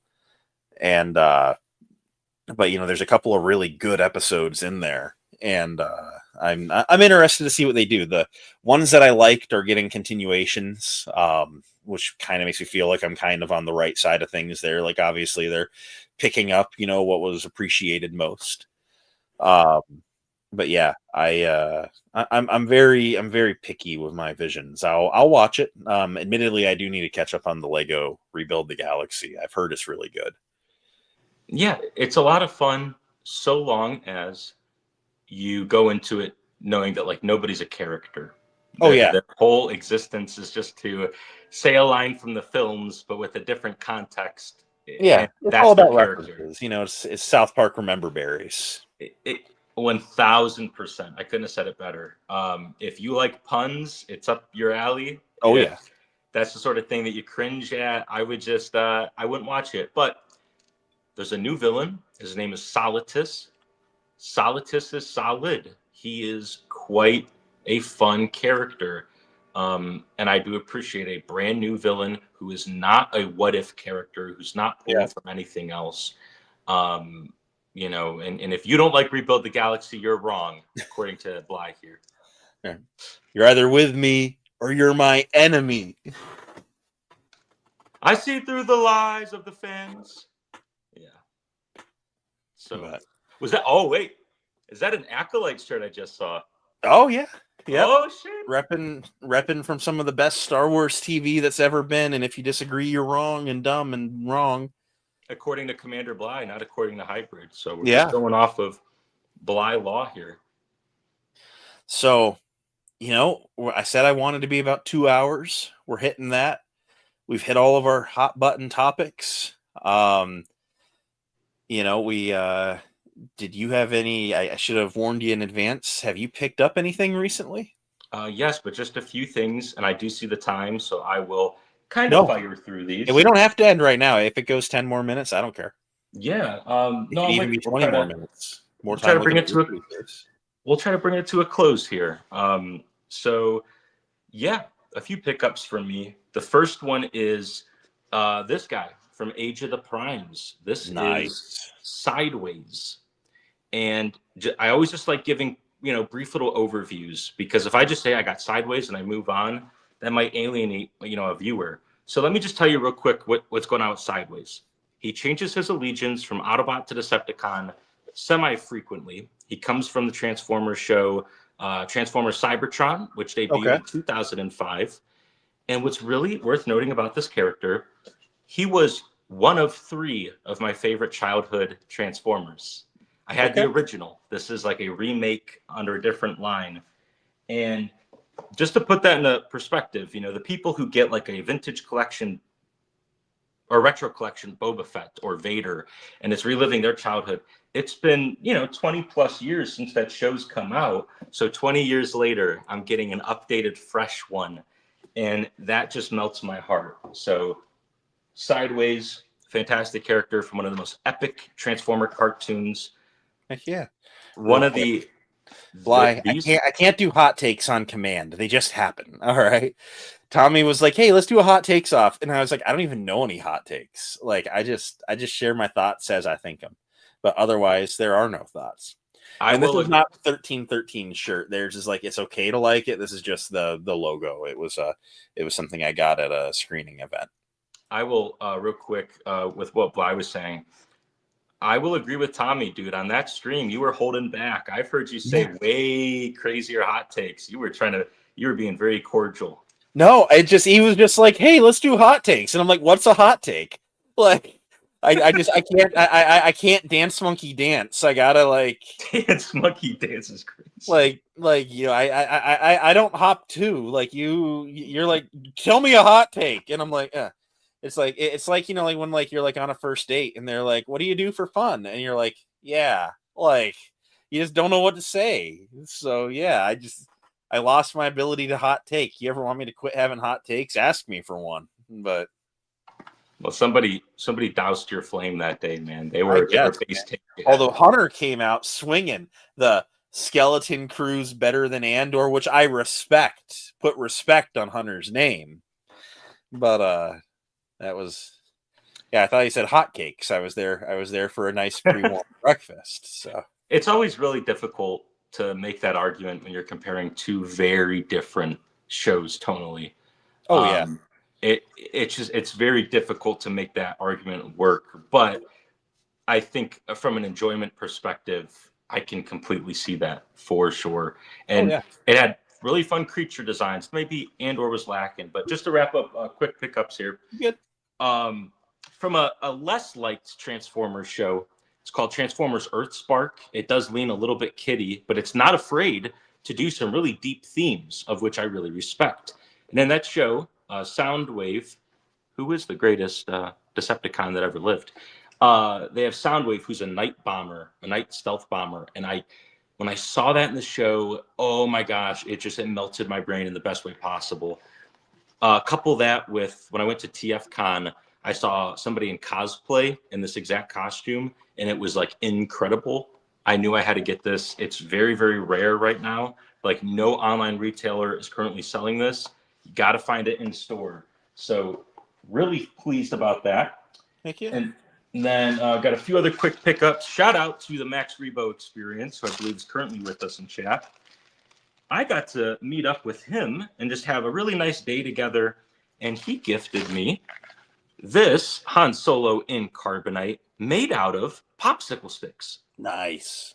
Dude, it's insane. And the best part is Han himself can actually be released from the Carbonite. I'll try to do it on camera, but it's actually kind of tricky. There we go. I did it. So you actually get a 2-in-1 figure. We met this gentleman named Julian, and I think his username is Figures by Julian or Designs by Julian. He's on Facebook. And wasn't he at Toy Hio? Yeah, he was at Toy Hio, and I got a Bosch Leia from him, or Bosch, depending on what you want to say. And he had already sold out of this one that day. And I'm a big fan of art in general, and artist creation and artist interpretation. So when Max Rebo was at a convention I wasn't able to go to, he saw Julian, scooped that, and then he also gifted me this Han Solo in Carbonite. I'm not too sure what line this is from. Probably Power of the Force, it looks like. Okay, that's where I kind of fall apart with my 3.75 knowledge, but thought this was a lot of fun. Love this. I've kind of taken on Han and Carbonite as my spirit animal. I really, collect Cad Bane stuff pretty hardcore, and now it's like Han and Carbonite. It's like, wow, would have never expected that. And speaking of things I wouldn't have never expected, he also hooked me up with a, part of my French, shit ton of stickers, of which are a lot of these awesome Carbonite stickers. Sick. So I do have a plan for these with a future drop. Maybe it'll something that'll be a little free gift, but just so generous of him to want to donate to the Carbonites cause, as he once put it. So shout out to Max Rebo Experience. And then he also gave me some other stickers of some inside references and other things that he's created along with his friends. And then this, which is a big inside reference between us. And I won't say anything else about this. I will just show this, and then I won't tell, because it wouldn't be an inside reference without... Right. I knew he was working on stickers. I just didn't know he had them yet. No, man. Yeah. And I'm missing Toy Hio. I can't even pick mine up this weekend. Yeah, I will give some to you when I see you, because there's definitely enough to go around. And then one last pickup with sound effects. Wait, that's a pod racer sound effect. We all know nobody can do the lat sound effect, but Commander Bly, this one is for you, because Commander Bly made this for me. It is one of his very viral lat hats that he made for Blitz transmissions to wear during the duration of the Back the Lat campaign for the HasLab Republic gunship, which did back, by the way. So congratulations to everybody who had backed one. That was a big topic we were talking about last stream. So here is something that I think is even cooler, which is the lat hat. It's made from different foams, and it has an adjustable section here, so it can go on your head. It even has like wood dowel rods, but perhaps the greatest touch is the Christmas bulb that is used for those like ball turrets. So without further ado, I'm going to put this thing on my head and see what you guys think. I have a Grogu colored teal cap right here for protection's sake. And if I can fit this thing in camera, that would be awesome. Oh no, he's hot. Look at this thing, dude. Man. Dude, let me tell you what. Everything comes off, but the lat hat stays on. And I'll also tell you this, man. The lat hat might just end up being my Halloween costume this year. I might be a walking Geonosis diorama. I might just put on a full tan towel and be a little lat in disguise. But this is such a fun moment for me because it was made by somebody in the community, just as my Carbonites are made by somebody who's in that same collecting community. So for me, this is just something really special to own, and I'm very grateful for the craftsmanship that went into it. And just lastly, what was the payment? Well, there was a trade that was initiated. Oh, So Commander Bly actually got 3 cases of Carbonites in return as a thank you. And rumor has it that he likes his Carbonites. So I've heard. yes, he had some great posts that he made with them on his Instagram. And it's just been a really nice way to get to know somebody else in the community, get to share Carbonites with them, and they get to share with the awesome creations they make with me. So shout out to the Max Rebo experience for my awesome pickups, and shout out to Commander Bly. Heck yeah. Heck yeah. The lat hats are just superb. I really have nothing bad at all. Like they are really, really, really well done. I love everything about them. The Me just too. I mean, I am super excited for my lat hat. Just to show off, Bly, of course, has been having some fun. This is probably one of my favorite things I've seen on Instagram in a minute. Dude, how great is this photo? I Oh love man, this. It reminds me of those like shrunken heads from Beetlejuice. You know what yeah, I mean? yeah. But Love it. no, yeah, the lat hat. I'm excited for mine. I gotta go make a pickup time with them at some point for it. But I'm very excited about it. So now all you got to do is like go play outside with it, have the neighbors texting your parents, asking like if you're all Right? right, if you've had some recent head trauma, just running around the yard making lat noises. Dude, oh my gosh, absolutely. And I see Max Rebo in chat asking if their Carbonite scale. I mean, shoot, let's say that there was like a loading dock right up here for them. It's probably in the ballpark. Yeah. It's, I know this is such a bad shot right now, but like it's approximate, but it's in the ballpark. Yeah.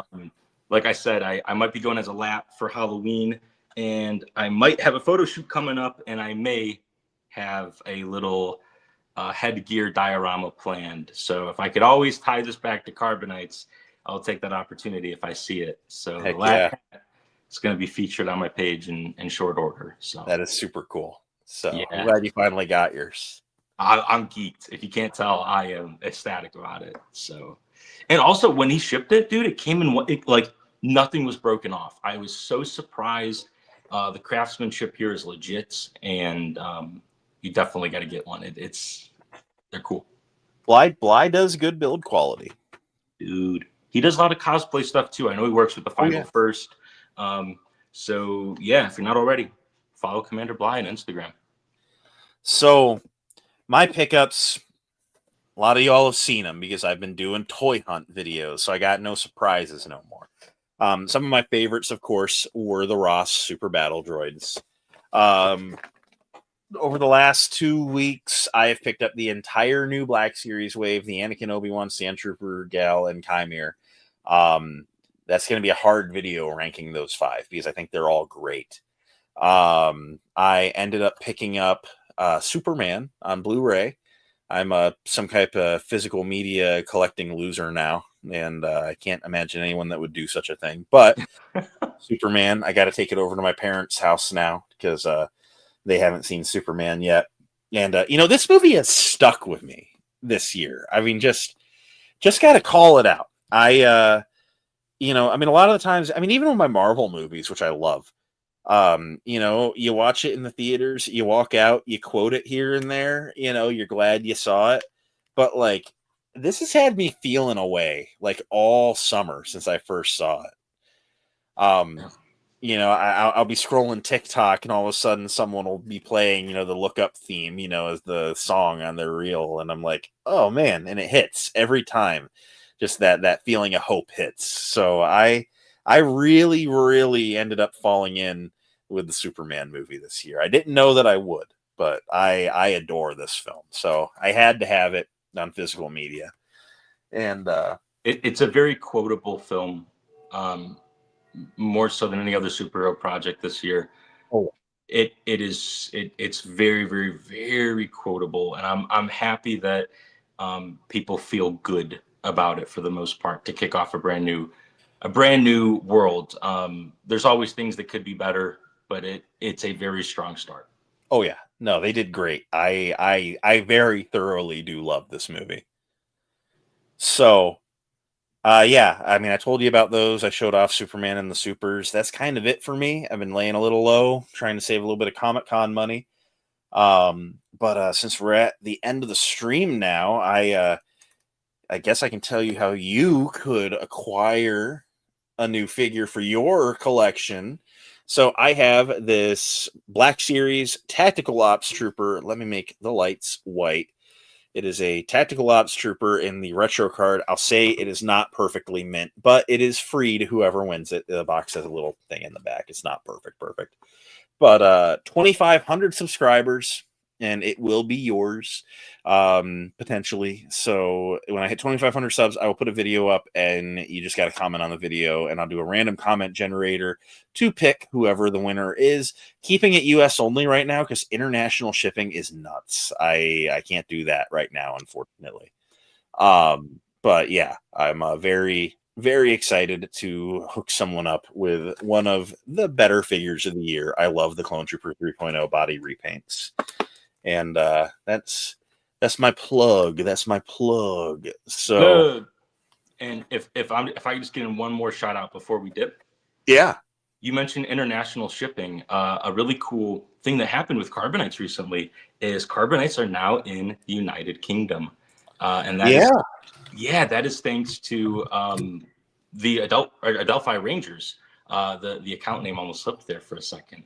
Adelphi Rangers had sent Bosk's Bounty a Carbonite of the reputable reptile for hire that I had made, and thankfully Bosk's Bounty really seemed to enjoy it. It sounds like it will be ending up in his cabinet of Bosk collector, memorabilia.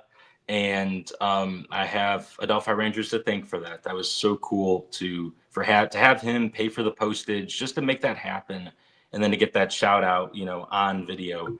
That was super, super cool. So Adelphi Rangers, if you're listening, thank you so much. That meant a lot to me. Carbonite's now in 3 countries. We got one Canada, several in the United States of America, and now one in the United Kingdom, and it went to a very notable collection at that. So Heck yeah. thank you so much, man. So I guess with that, we're going to wind down. So I see JWC is wishing us a good night. Hope you have a good night, JWC. Commander Bly enjoyed Superman. It's not letting me click on chats. Interesting. Okay. Bly liked Superman, really enjoyed Superman. That is sick. So, I mean, Superman is just a great movie. But yeah, we're going to start winding down. We've rolled a little over 2 hours, which is always fun. We got a lot to say. And it was a good time. So Vincent, thank you for joining me. You are always the best. And I didn't think you could look any better, but that lat hat, man, you're rocking it. Dude, thank you. Thank you, dude. Yeah, this was a really fun stream. I had a great time. It gets easier and easier every time just because we talk a lot outside the stream, so we get to know each other, and I just feel, more comfortable. So thanks for having me on, and thank you to everybody in chat who joined us tonight. Shout out to JWC again for that super chat, for becoming a channel member. Fig Fury became a channel member. There might have been a few I might have missed, but thank you to those two in specific. And again, Bly, dude, thanks for the hat, man. This thing's baller. So, all right, everyone. Thank you so much for joining us for the October Talking Toys with the Boys. We will be back in November with one. So until then, keep an eye on Instagram. I'm always posting stuff going on there. Keep an eye out for the reviews, always reviewing stuff. And until next time, may the force be with you. Take care, Bye. everybody. Deuces.